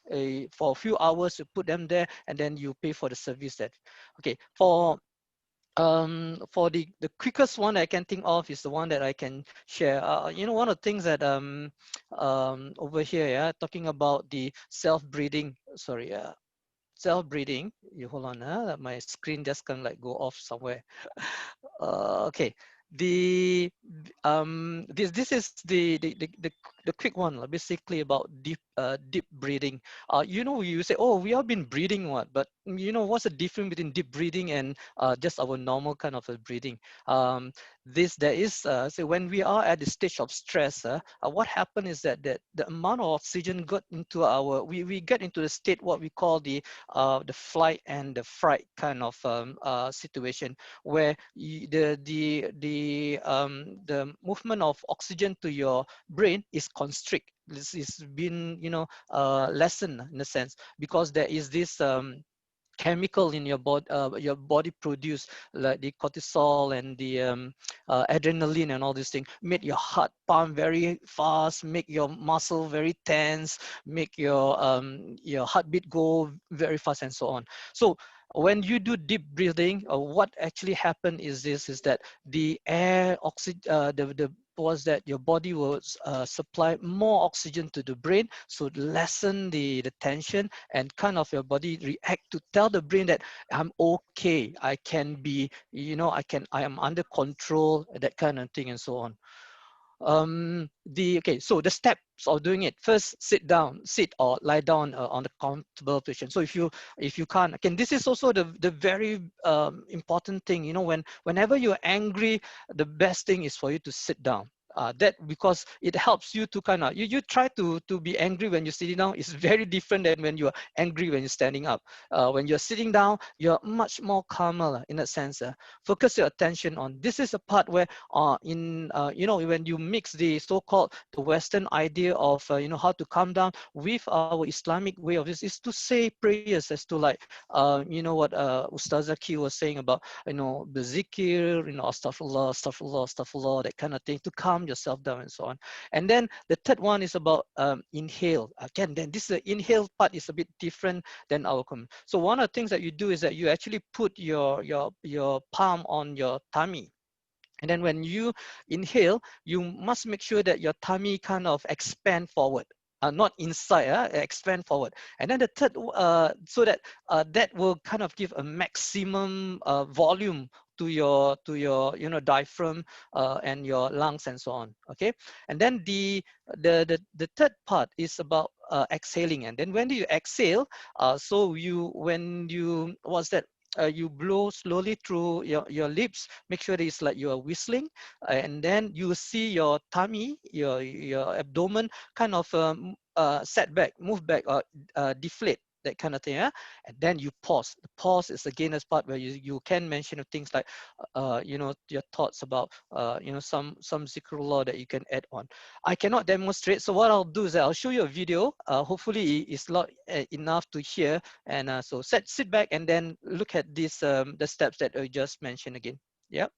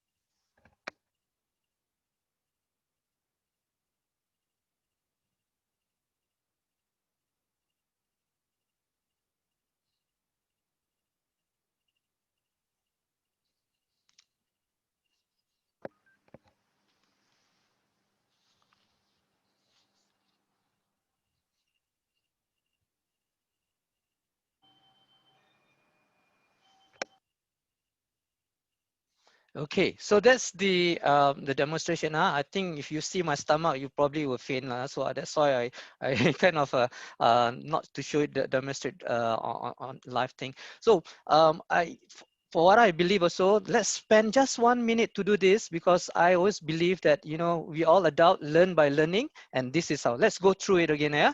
First, again, I say sit down, or most of you all sit down already. Second, focus your attention. Now you look at all the good things, I'll say, or if you can, you zikr a bit. And then the third thing, now everybody try to inhale. Inhale, put your stomach on your hand on your tummy, and then make sure you see your hand rise, okay? Ready? Okay, and then slowly let go using, through your lips, okay? 1, 2, 3. And then pause and then start beginning it. Before I move on, I just would like to say again, I say thank you to these brothers, Brother Abdi, Brother Muhammad Fi, Brother Zuremi Sukri, and Brother MSS1845. I think they are the small number of male participants in today's what's that?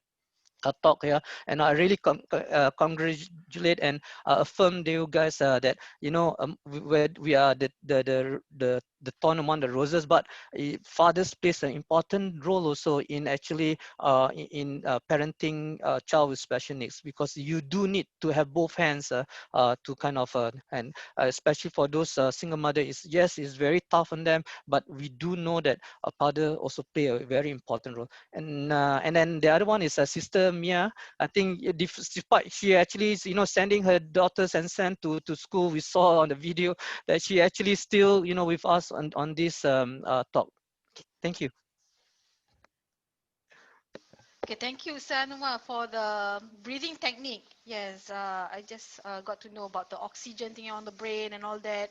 Okay, it was very good technique. That is a very one quick self-care breathing technique. Okay, so Zaliana, moving on. Okay, when we share our plights and challenges, sometimes one of the self-care, another self-care is to talk about our problems, because we feel that, everything is inside us, right?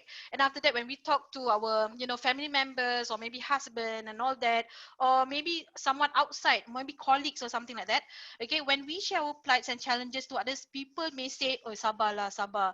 But we know that, sometimes human, kalau kita dengar orang cakap sabar, dalam hati macam, kau tak tahu aku ni dah sabar banyak sangat. Alright, so in Islam, okay, is there any best method in Islam for parenting stress? How do we foster mental wellness in stress-less parenting? Okay, thank you, Saza, for the question. I think it's very common for people who listen to us complaining or sharing about our problems. It's very normal for them to reply with be patient. Allah wouldn't give you something that you cannot handle. And then the famous verse that everyone will share, La yukallifullahu nafsan illa wusaha. If Allah knows you cannot handle this, He wouldn't give you this burden. You are chosen for a reason. You can do this. But sometimes the things that we say to these struggling parents are not the things that they need.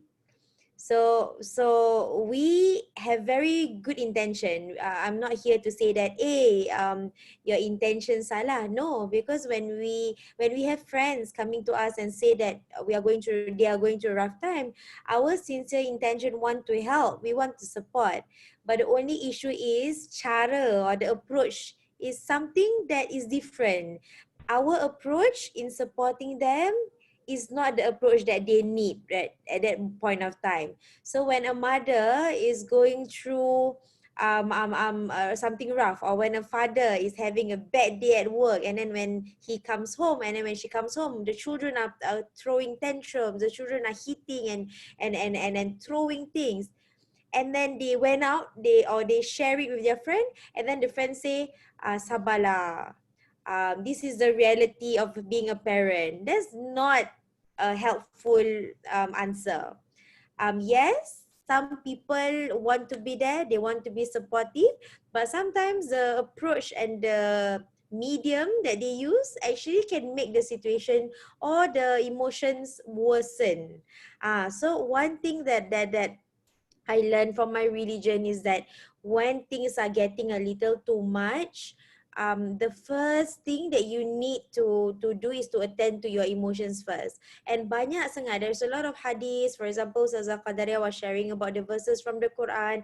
And then I want to highlight one of the most important hadiths where our Prophet shared, but these hadiths can actually be used in multiple contexts. For example, the hadith where the Prophet Muhammad he mentioned la taghdab, right? Do not get angry.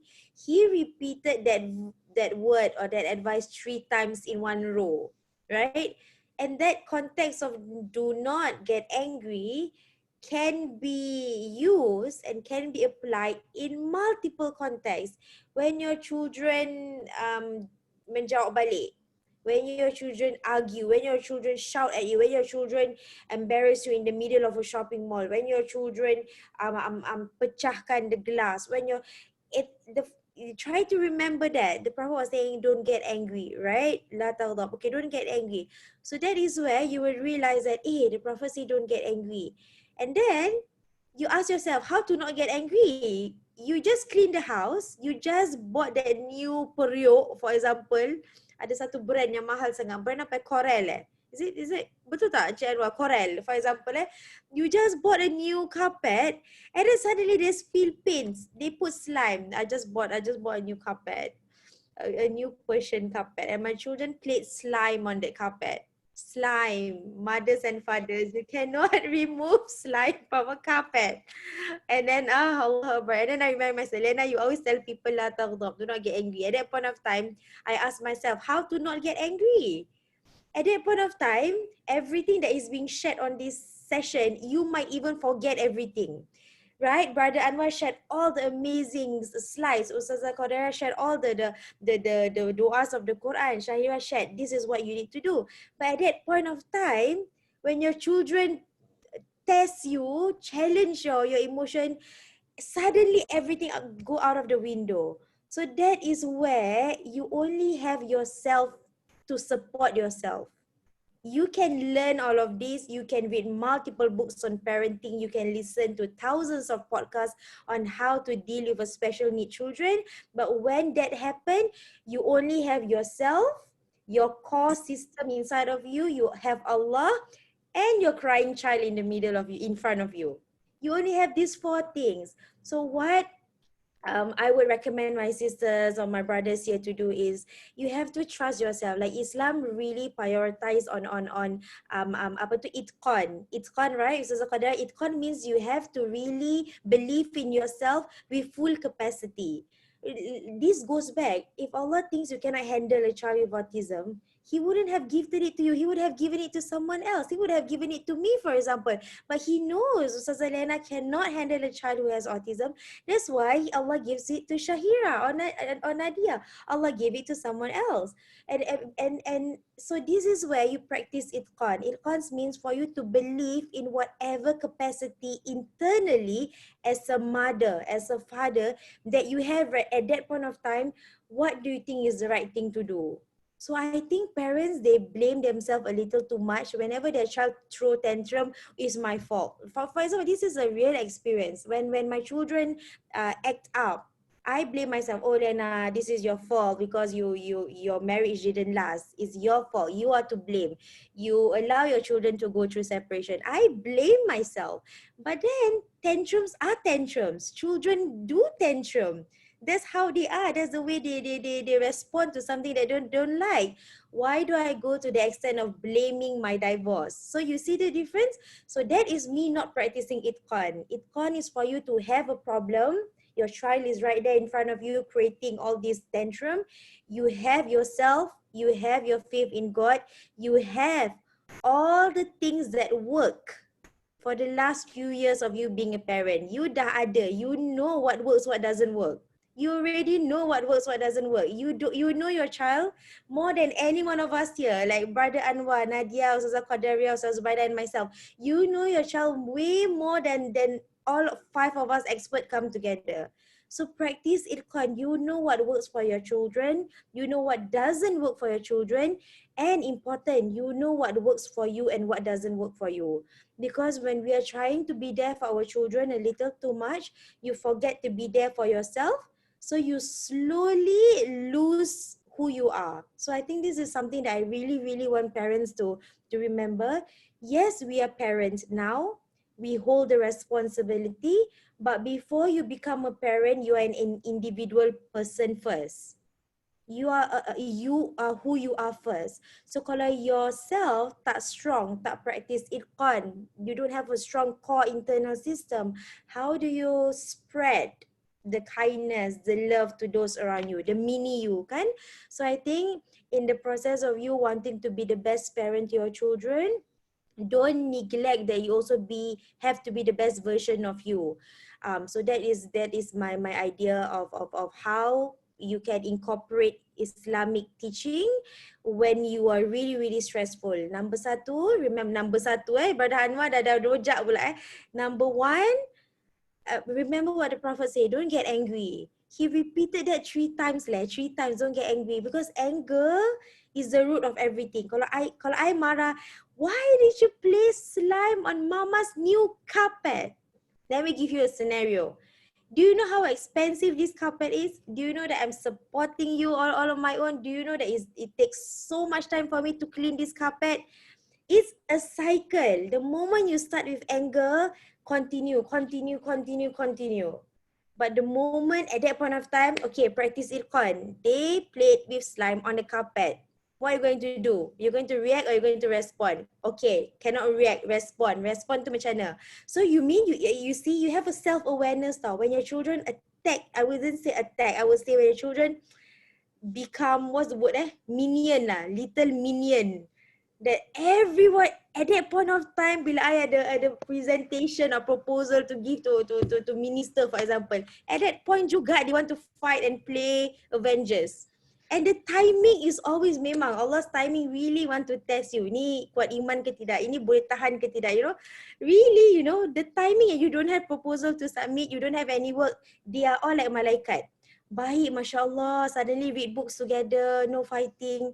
But at the time when you are rushing for something else, they decided to be Astaghfirullahalazim.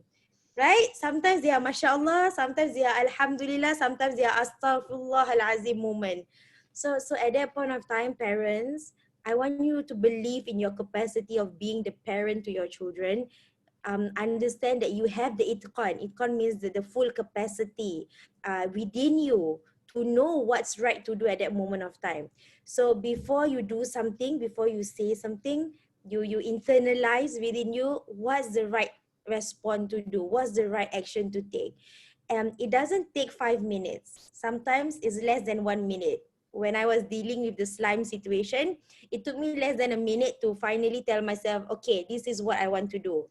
I'm going to tell them it's okay. I understand that they already did something wrong by playing the slime on my new carpet.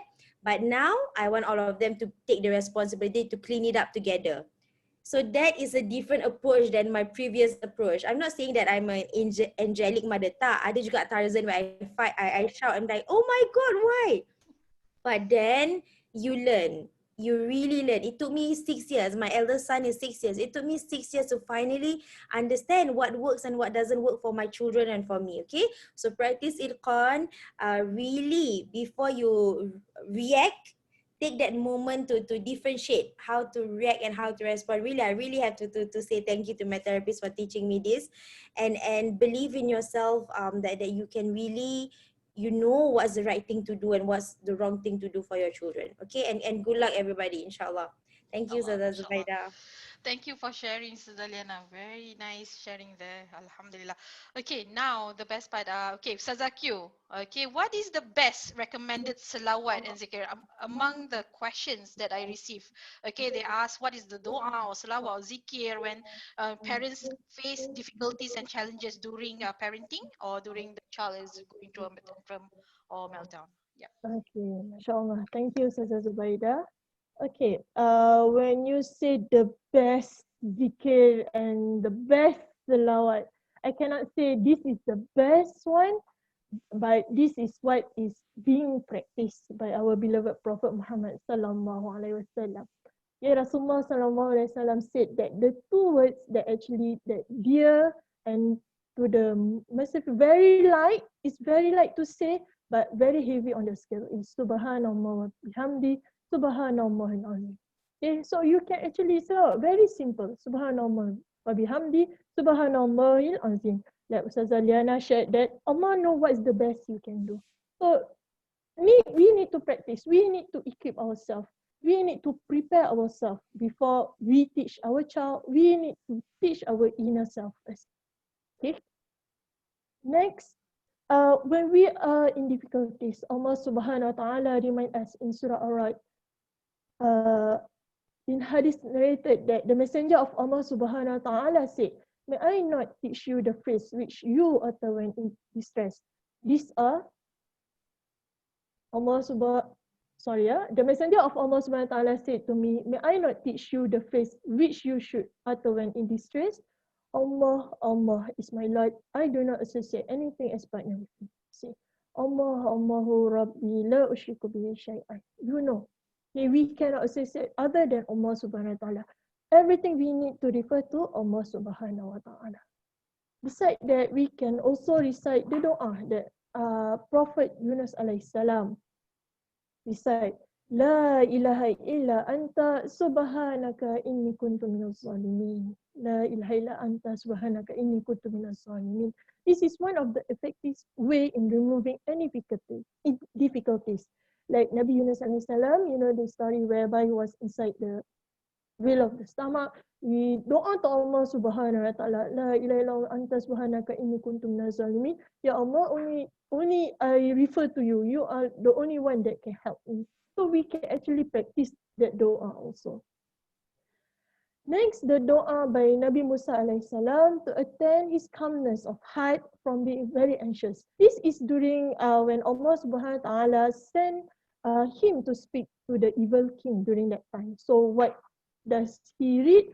Rabbi shrah li sadri wa yassir li amri wahlul 'uqdatam min lisani yafqahu qawli. My Lord, expand for me my ways and ease for me my task and untie the knot from my tongue, and they may understand my speech. Okay, so it's very simple. If you feel that, Masya Allah, why? Rabbi shrah li sadri wa yassir li amri wahlul 'uqdatam min lisani yafqahu qawli. And also remember, like the dua of Nabi Yunus, the Prophet himself also have a task, have difficulties. Allah want to test what is it us as a normal human being. Allah also want to test us also. So we need to face it, insyaAllah. Next, for every pain that you actually can't explain, for anxiety that take over you, everything you just need to remember, remind and recite, believe, very important belief, Hasbunallahu wa ni'mal wakil. Okay? It means that Allah is sufficient for you. He is the will holder and only He can remove any harm. So just remember, Hasbunallah wa ni'mal wakil. I can do it, insyaAllah. Allah will help me. Hasbunallah wa ni'mal wakil. Hasbunallah wa ni'mal wakil. Okay? This is actually, you put your trust in Him. You leave your matters to Allah to take care of Him. We doesn't think that, okay, I can solve this. No. Sometimes we need to think that we try our best, we do the best that we can, but whatever it is, we leave to Allah subhanahu wa ta'ala to take care of the problem or any difficulties that we face. Next is the dua to safeguard us from despair, sadness. Okay, we can say, Allahumma inni a'udzubika minal hammi wal hazan wa a'udzubika minal ajzi wal kasal wal bukhul wal jubni wa da'nitin wal ghalabati rijal. Okay, you say, Ya Allah, I refuge from you anxiety and sorrow, weakness and laziness, miserliness, cowardice, and the burdens of death. Okay, whatever is any dua, say, Ya Allah, I'm really cannot do it. Only you can help me, Ya Allah. We really need to submit to Allah subhanahu wa ta'ala. InsyaAllah, only Allah subhanahu wa ta'ala will help us in our despair. Then, actually, when we say about anger, everybody have anger. Me, myself also. Like Ustazah Liana share about her children. Me too. When one day I just bought a new things. Like Ustazah Liana, new carpet, right? I have a new bed sheet. They pour paint on top of it. Masya Allah, Ya Allah, sabar.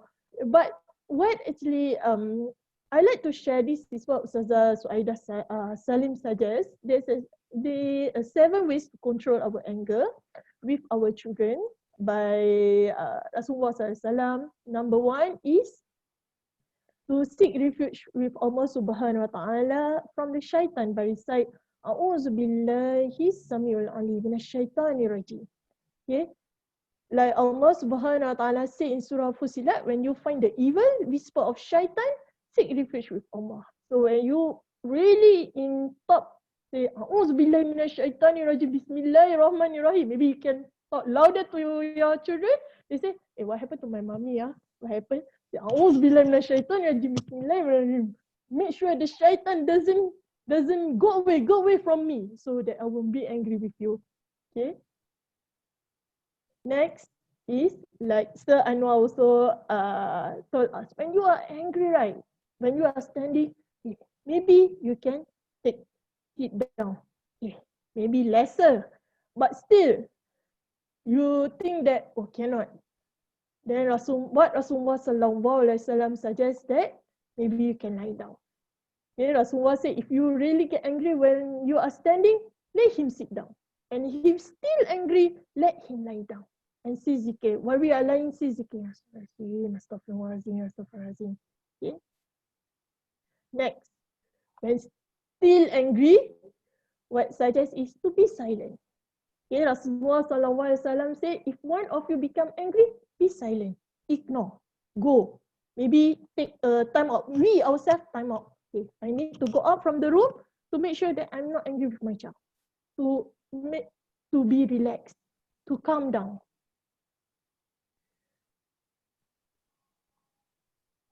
Besides that, it's very important. Rasulullah always said that anger is from shaitan, and shaitan is from fire. And fire is the extinguished with water. If one of you is angry, that perform wudu. So we need to take our wudu to make us calm down. But if you are outside, the best thing is zikir. What is the simple zikir that you can do also is like Ya Latif, Ya Halim. Okay, you can apply it in your everyday life. Maybe before to start your day in the early in the morning after solat subuh, try to zikir Ya Latif, Ya Halim. InsyaAllah, we never ever underestimate the power of Asma'ul Husna. Ya Latif means the gentle. Who is the more gentle? Is Allah Subhanahu Wa Ta'ala. Say istighfar. Astaghfirullahalazim wa atubu ilaih. Seeking Allah for forgiveness. We as a human have some mistake that we do. Sometimes we never realize it. So we need to ask Allah Subhanahu Wa Ta'ala for forgiveness. We need to istighfar to Allah Subhanahu Wa Ta'ala. And last but not least is to perform sunat salat taubah. So the intention is for the sake of Allah Subhanahu Wa Ta'ala. And when we doing our sunat taubah, we really ask Allah Subhanahu Wa Ta'ala, I'm so sorry ya Allah, maybe I've done something I never intend to do it, but I know you are the one that take care of me and also my children. Never ever leave the salat sunat taubah, insyaAllah. And some of the simple zikr that we actually can ask our children to recite also, one of it is from Surah Shura verse 19. Allahu latiful bi ibadihi yarzuqu man yasha wa huwal qawiyyul aziz. Allah is a subtle with his servant. He gives provision to whom he wills, and he is the powerful, the mighty. And the very one, is it too long for your child? Maybe ask them, can just recite Ya Latif, Ya Latif, Ya Latif, or Ya Aziz, or Ya Qawi. Okay? Make them to calm themselves.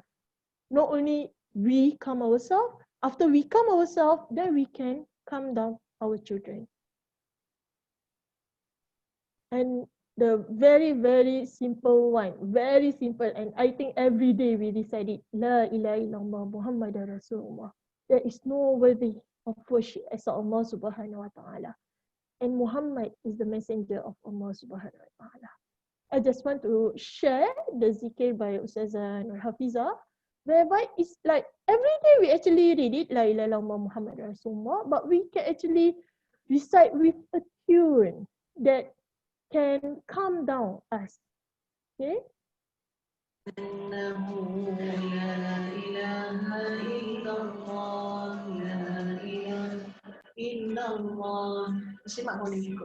لا إله إلا الله لا إله إلا الله لا إله إلا الله لا إله إلا الله لا إله إلا الله محمد رسول الله لا إله إلا الله محمد رسول الله لا إله إلا الله محمد رسول الله لا إله إلا الله محمد رسول الله لا إله إلا الله محمد حبيب الله.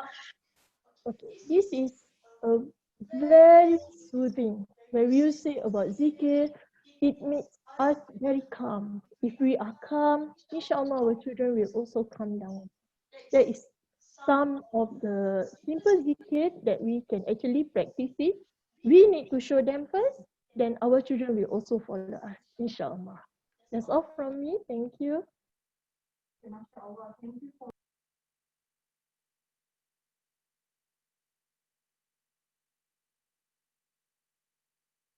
MashaAllah.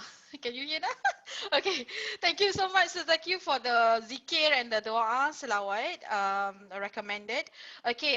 Okay. One last question for Mr. Anwar.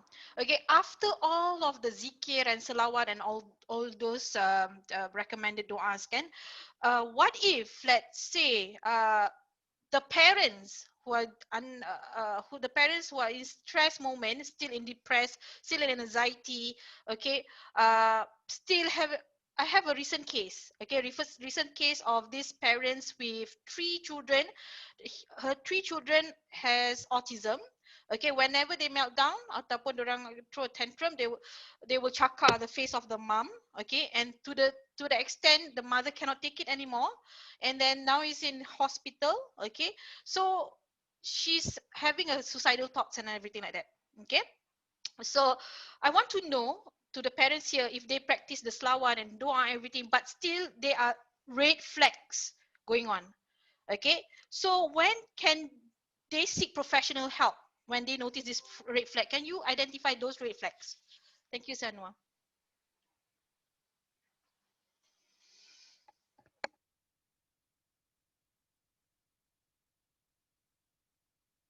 So you are muted. So you are muted. All Okay, right. can you hear me?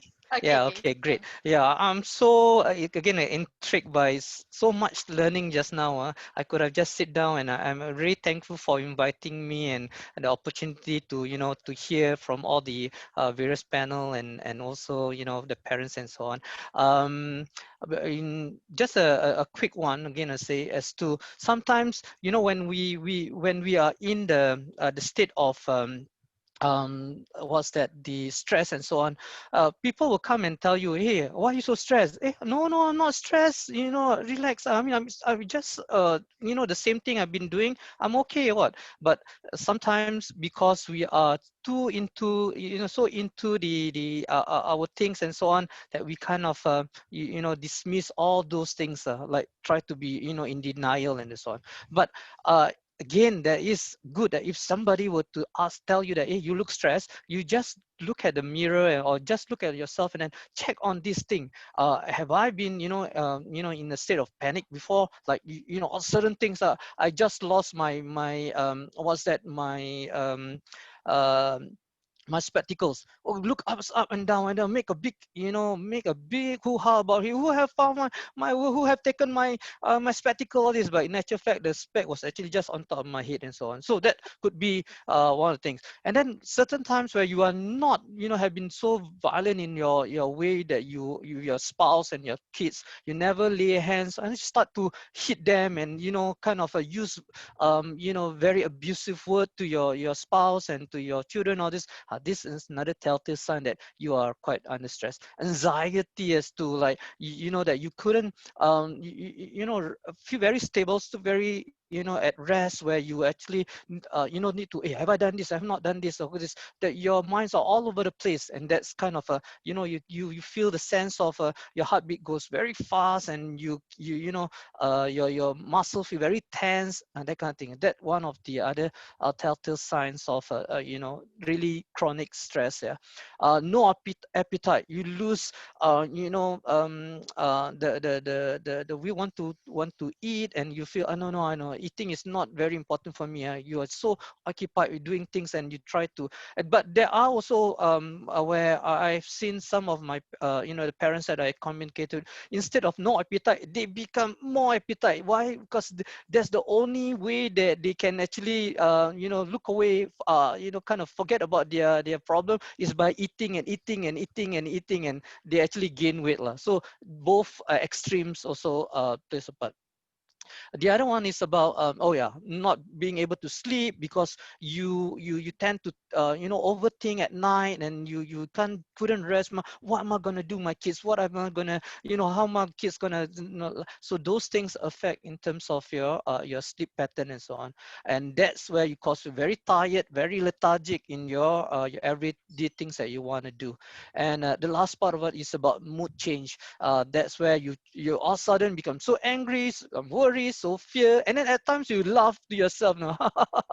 What's happening? That is also another red flag about that, oh, that you do need to look for professional service or somebody to to share your worries and your thoughts and so on. But the to just sum up this, just look at the what we call PIES: your physical, your intellectual, your emotional, and your spiritual state. These are the kind of a telltale sign for you to say that am I, all these things are balanced, or am I, having issues with my spiritual part where I keep on blaming Allah, why you do this unfair, I'm a very good Muslim, why you do this to me, and all these things. So that could also be one of the things that you have to be take care of. Where to find support? These are the to me the general services that you can actually look at. You can use the QR code that I've actually provided, or take a snapshot of the support. The first one is the National Care Hotline. This is where the emotional support and the psychological first aid to be those who are feeling stress and distress and so on. So you can actually dial this number and then get the direct service and so on. The enabling guide. This is covers all kind of what's that? The disability, whether autism, Down syndrome, the ADHD, dyslexia, all this are all packed under this. So you don't have to go to various places. This is a one-stop kind of website that you can actually go to. The third one is a ComCare hotline. This is for financial support, where you have issues in terms like, say, for example, I have done enough money to do the, to send my kids to the EPIC program, the early intervention program. I don't have enough money to go and do diagnosis and so on. This is the so-called one-stop service that they actually can provide you with all the channels that you need to go. The SG Enable are for individuals with disability related, from the EPIC program to the preschool to the primary school, the secondary school, the vocational school, to the school to work program, to the employers and all those things. This is the thing. It's from cradle to grave, if you ask me, that the service that they provide. So just go to it's very rich in terms of the information given. And the last one is the parent support group.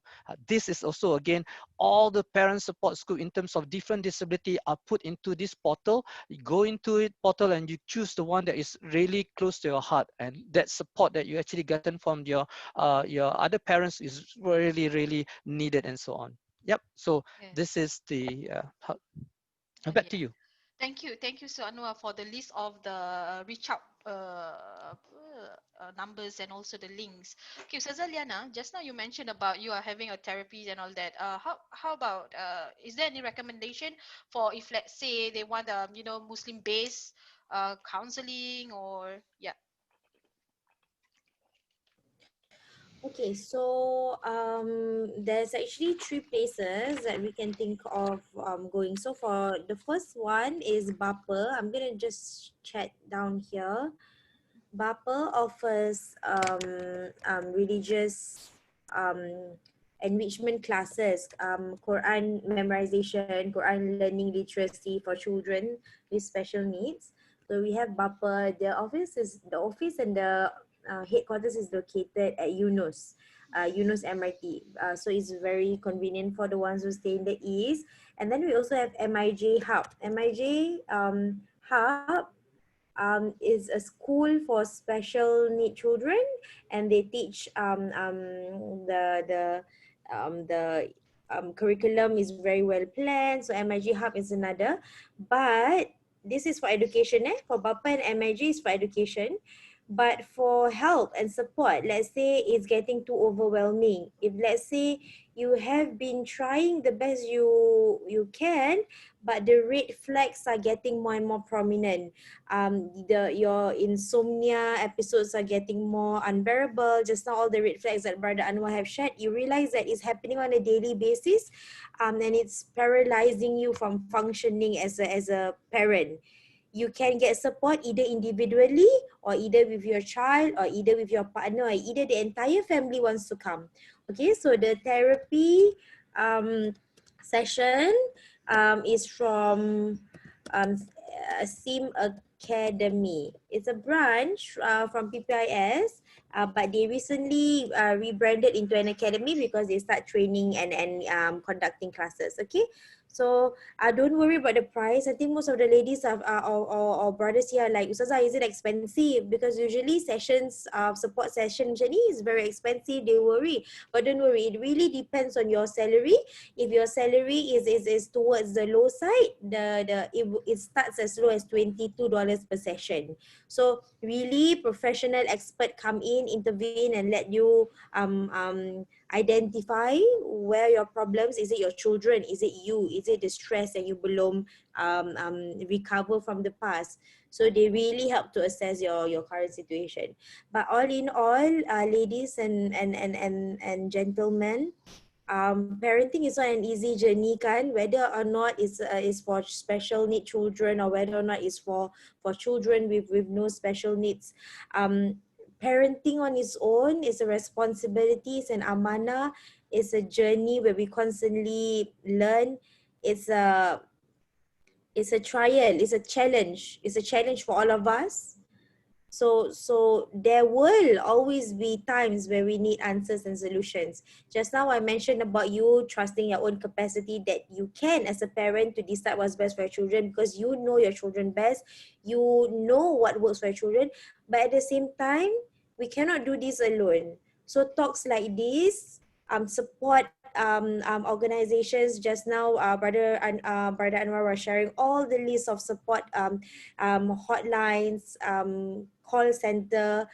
They are there for a purpose because parenting on this one is very, very difficult. If you feel intimidated, if you feel that you're scared to ask for help, you can send a DM as an anonymous. Contohnya Sim Academy also does therapy using online. If you're scared to meet them face to face, you can do it online as well. So reach out, because lately I think 2 days ago, I'm not sure, Brother Anwar and Ustaz Zubaida help me correct this. 2 days ago I read an article, a news article about a mother, a Japanese mother who killed herself because and strangled her son, and left a note for the husband to take care of the younger son. She is going through a very depressive moment.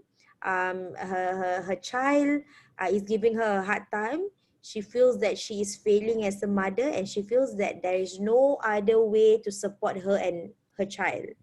So for her, the only result or the only resort is killing herself and her son. And it's not, you see, if only she you know, we don't know what's going on in her shoes. We are not here to like, you shouldn't have done that. We don't know what she went through that made her really went to that extent, but she went for help. She went for therapy after therapy after therapy. But I think the issue there, can Brother Anwar, if you notice, Atika was really sad because she was being referred to multiple people. She was like, okay, it's not working here, you go there lah. It's not working there, okay, you go there. It's like, for me, I'm very grateful from the very start of my divorce journey sampai sekarang 3 years later, I'm with the same person. So you need someone yang really know your story from A and then know everything, and then now sampai sekarang 3 years later, 5 years later, anak you dah PSLE, anak you dah O level, they are still there with you. So the people you ask for support pun kena berjaga-jaga. You cannot just, oh, I need support. Okay lah, just put on Facebook lah, guys, I'm going a rough time, give me some support. Cannot. You have to have professional experts that really come in.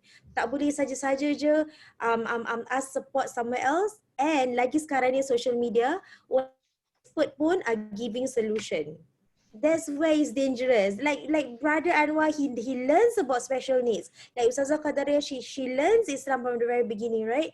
People who are providing free content on social media about how you should parent, when they are not credible, tu you kena berjaga-jaga. Okay, so be very careful with the amount of content that you receive from which source, from this source, and do your due diligence first lah before you believe everything that they say. Even us today, yes, we are the panelists for this session, but at any point of time, if you feel that apa Ustazah Dana cakap tak kena lah, do your own research. see whether it works ke tidak. Macam Ustazah Qadariah share, Brother Anwar, we are here to give the best we can, but at the end of the day, you know what will work for you and your children. Okay, so really kena jaga-jaga that part. Thank you, Ustazah. Thank you, Ustazah Ust- Liana. Ustazah Zubaida, can I just add on a bit? Yep. Can. Yeah, okay. Just now the Ustazah Liana mentioned MIG because I have a personal experience with them. Mm, The both the founders, Brother Ali and Sister Farah, Ah, actually have a child with special needs. They mm, were actually looking for was that a place to send the child for learning of Islam, and got rejected because of the condition of his son and so on. So not giving up, she actually learned, both of them, try to set up and pull up, Ustaza together, so that not only benefiting their child, but also benefiting all the others child with the special needs and so on. So that's one I really, congratulate both of them for making that steps where not, in terms of providing that gaps that wasn't around yet, and yet now the whole community will benefit from correct. their ventures into opening up the MIG. Yeah. Correct, okay. correct. A very, very role model. It's such a power couple, Brother Anwar, both of them. Yeah. And they actually have Mm. a A son. Yeah. cafe named after their son, Ashraf. It's Yes. called Yeah. Ashraf Cafe, dekat dengan Jucha Complex. Yeah. That time I was doing I think a shooting with CNN tau, Brother Anwar. It was Yeah. Ashraf who made the drink for me. Ashraf, the son, you see the kind of things that your children can do, special kat tak special. If you believe in them, they can do wonders. Yes, memang slow, memang ada challenges, but Ashraf was very well in front of the camera. He was stirring the coffee, and then he was putting the coffee on the tray, and he was shaking. He was shaking, and he was like, Ustazah, amazing. So really, if you are looking for support, MIJ is really one of the best places for you to go. And all of us here as well, all of you know our contact on social media. If things get really, really rough and you feel that you're not ready to approach any other center ke, we are more than inshallah ready to support you in whatever way we can, inshallah. Yeah. I found that. Yeah. Okay, panelists, since we are running out of time, can I extend just 5 minutes for one Yeah. question from the floor or from the audience? Just one question. Is there any question or burning question after we all shares all the tips and sharings and all that? Is there any question from the floor or from the audience?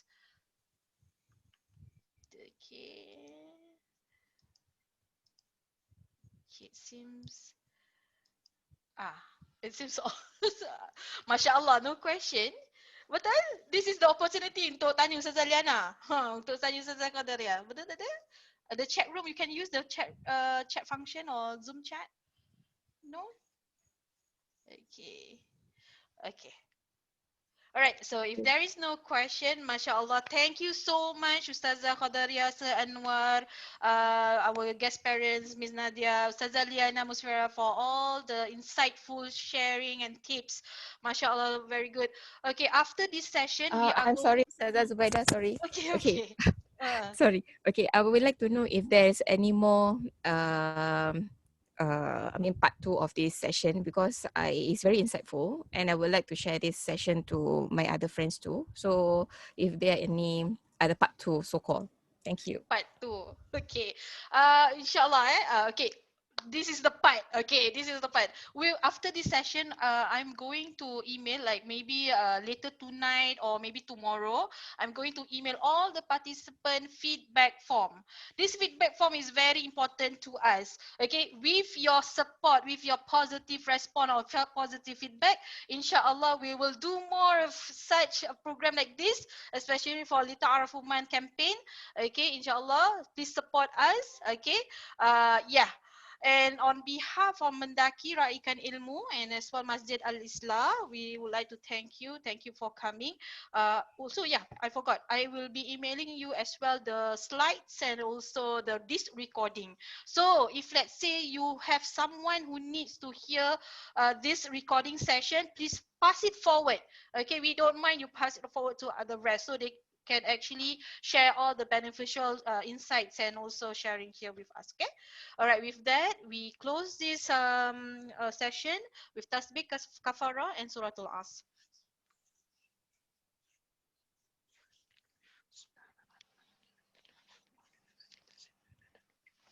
Assalamualaikum warahmatullahi wabarakatuh. Thank you so much everyone for coming. Okay, thank you Ustazah Liana. Thank you Nadia. Thank you Sanwa. Thank you Thank you. Thank you everyone, their parents, educators. Thank you, everyone. Thank you very much. Thank Thank you so you. much. Thank you Miss Zara. Thank you. Thank you.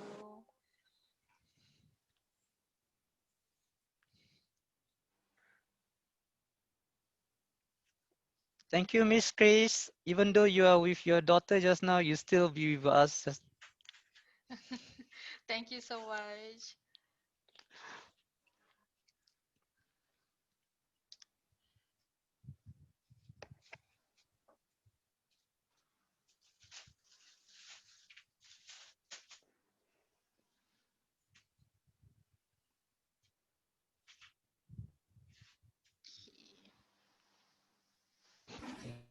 Thank you, Mr. Anwar. I really miss your lecture days.